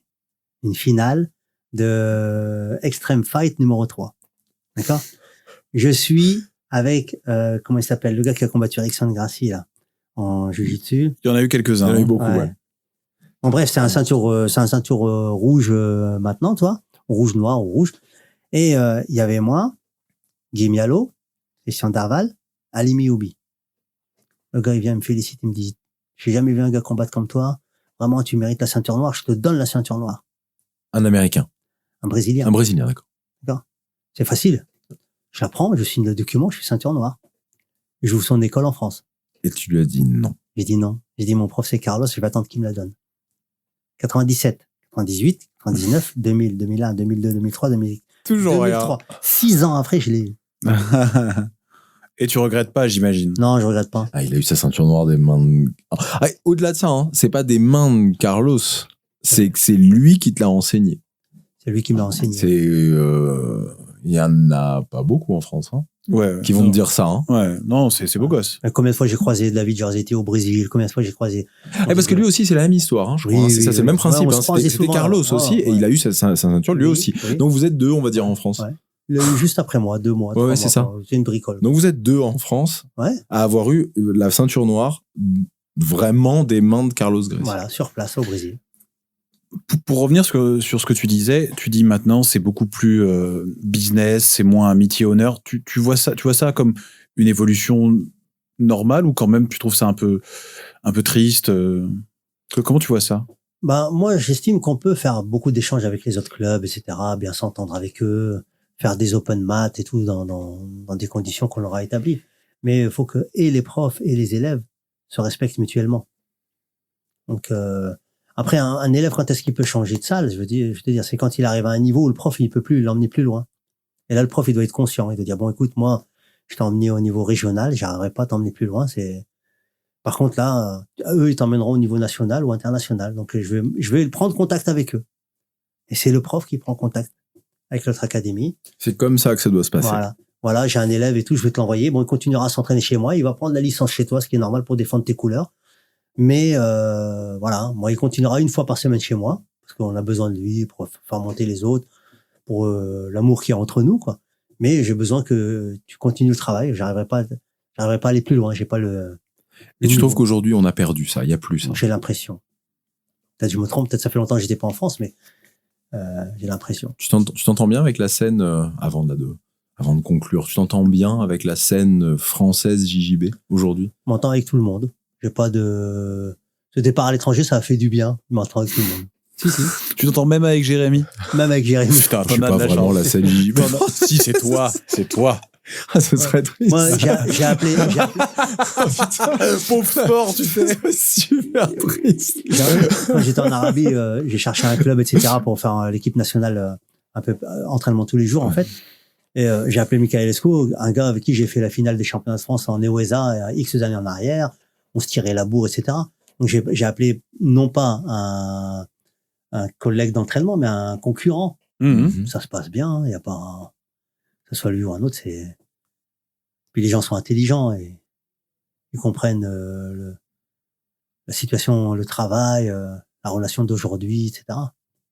Et puis l'intérêt qu'il y a finalement à tous se tirer vers le haut ensemble. Bien sûr. C'est ça en fait le truc. Pour le bien du jiu-jitsu brésilien, c'est ça le plus compliqué, c'est d'arriver à comprendre que il faut pas que ce soit pour le bien de son académie. C'est un peu ce qu'expliquait Léon Larmand au micro il y a 2-3 podcasts, je crois, en disant que, et il y a Lutfi Ferra aussi qui a expliqué ça, qu'il faut pas avoir le principe sur l'athlète ou le club ou la victoire unique de l'athlète en fonction des couleurs. C'est une vision globale du jiu-jitsu brésilien français en fait qu'il faut arriver à faire monter et peut-être parfois mettre un petit peu sa fierté, mettre un même côté. Franchement des fois ça C'est fait difficile, côté, hein. hein. C'est difficile. Moi, dès le départ, ça, quand j'ai démissionné de mon poste de président de la CFJB et puis que tout est parti sur Nice, etc., c'est parce qu'il y avait beaucoup de conflits à l'intérieur de la CFJB. Donc, plutôt que de détruire le jiu-jitsu, j'ai préféré laisser des gens où il n'y aurait pas eu de conflit avec eux pour pouvoir continuer à développer ça. Et tu leur faisais confiance. Bien sûr. T'es content aujourd'hui? Bah oui. Quand tu vois le jiu-jitsu brésilien français aujourd'hui, t'es heureux? Bien sûr, quand je vois ce qu'ils ont fait et tout, c'est super en vérité. Hein. Parce que c'est un peu ton héritage. Parce que c'est ton héritage, c'est ton départ au Brésil. Je l'ai dit en premier. Hein. C'est vrai, mais et puis surtout, tu l'as dit beaucoup mieux que moi. Hein. Moi, je suis sûr que les gens n'ont rien compris. Ils ont fait un sacré boulot quand même. Non mais ils ont fait. Non mais admets quand même que t'aies pu faire quelque chose d'hyper. Mais... Enfin, je veux dire, c'est grâce à votre voyage là, les 7 coquins là, vous êtes partis. Je veux dire, c'est grâce à vous quand même. Hein, vous, il y avait un truc un peu fou comme ça. Vous allez combattre des grands combattants, je sais pas.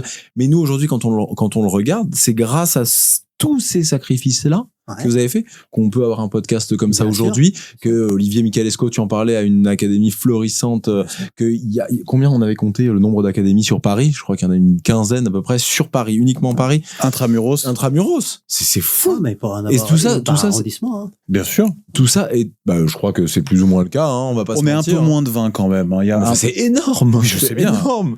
Je veux dire, et tout ça, c'est grâce, alors ok, pas toi, j'ai bien compris, mais c'est grâce à vous quand même. Alors, on va pas dire grâce, on va dire, on est, l'étincelle.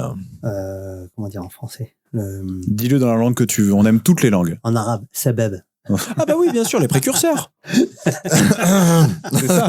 Très bon arabe, Jérémy. Mais j'ai l'arabe littéraire, excuse-moi. On est la cause de départ. Ouais. La cause, l'étincelle. Non, mais la cause, oui, c'est ça, parce que la cause, il peut y avoir une connotation négative. C'est pour ça que je disais l'étincelle. Ça peut être négatif. Ah bah, à cause de, tu vois, c'est pas forcément, c'est pas grâce, hein. Moi, je disais grâce à vous. Ouais. À cause, il y a le côté mise en cause. Ok. Voilà. Mais l'étincelle. C'est le mot la cause. Ouais, d'accord. La cause qui fait que telle chose Vous arrive. êtes le pourquoi. Le pourquoi, voilà. Eh ben, merci beaucoup, en tout cas, pour ça. Merci d'avoir fait tout ça. Voilà. Vraiment. C'est gentil. C'est c'est grâce à, voilà, à vous 7. Je prendrai mon kimono, je viendrai tourner avec vous. Franchement, mais avec. Ah bah non, pas dans un autre club. Non, tu rigoles ou pas dans un autre club. On va venir vous voir. Que dans le tien. On veut mettre des baffes. On a une petite obsession depuis quelques temps, depuis quelques mois, que David Giorsetti nous en a parlé. On veut mettre des baffes.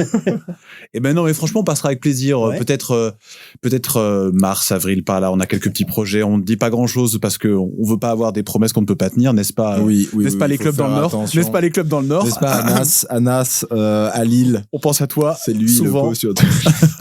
mais on va venir, on l'a Aziz est sur la route. On l'a promis. Et puis ce stage, il faut l'organiser, ce serait bien, non? Ouais, moi je suis partant. Ce grand stage. Je suis partant. Gilles Arsène, je pense qu'il est partant. Guimelo, c'est pareil. Après, Gaël Quaddi, qu'il faut voir avec lui. Eric Melin, il était là, donc il faut l'appeler, hein, même si je sais pas s'il est encore dans le jiu-jitsu ou pas. Mais qui est magnifique. Ouais. Pour la faute. Magnifique. Il faut appeler à moi. Open. Je suis open. Et on en reparle et puis on n'hésitera pas à en reparler à ce micro et diffuser l'information si jamais ça avance. D'accord. Et d'ailleurs, si ça vous intéresse, n'hésitez pas à nous contacter, à mettre des commentaires, à mettre tout ça. On sera ravis de vous guider, de vous mettre en relation. Exact. Et puis il y a aussi le fait que là on a abordé, faut pas oublier, on est à plus d'1h30, mais on aborde des bribes. J'imagine que c'est 20 ans que tu as, mais il y en aurait tellement plus. Si vous avez des questions, si vous avez des choses comme ça, Aziz va revenir. Tu reviendras à ce micro. Comme ça, si on a les questions avant, on pourra approfondir certains tu m'envoies la question, je te réponds. Non, mais les gens aiment le micro. La voix, the voice. Exactement. Aziz, merci infiniment. Merci. C'était génial de t'avoir. Je suis ravi. En plus, t'es venu du Nord juste pour nous, non? C'est ça? Ouais. C'est vraiment sympa d'avoir fait toute la route. Ouais. C'est cool. Voilà. Merci beaucoup, mon cher ami Jérémy. Merci beaucoup, mon copain Adrien. Alors, est-ce qu'il y a un truc où avant, je sais pas si donc tu as écouté quelques podcasts, tu nous l'as avoué, pas tous. On avait ce truc de Adri était mon pote. Excuse-moi, voilà mon pote Adri. Et on nous a dit qu'il fallait plus qu'on le fasse, c'est il fallait fini. plus qu'on le dise. On voilà. arrête. Donc maintenant, c'est mon copain, ma connaissance, Voilà. Adrien. Mon collègue. Collègue de travail. Mon collègue. Adrien de Mon Castagne collègue. FM. Voilà. Merci beaucoup, Aziz. Merci à vous. Amusez-vous bien les petits castagneurs. Merci à vous de nous avoir écoutés. Faites bien attention à vous et passez de très bonnes fêtes. Bye bye. Ciao à tous.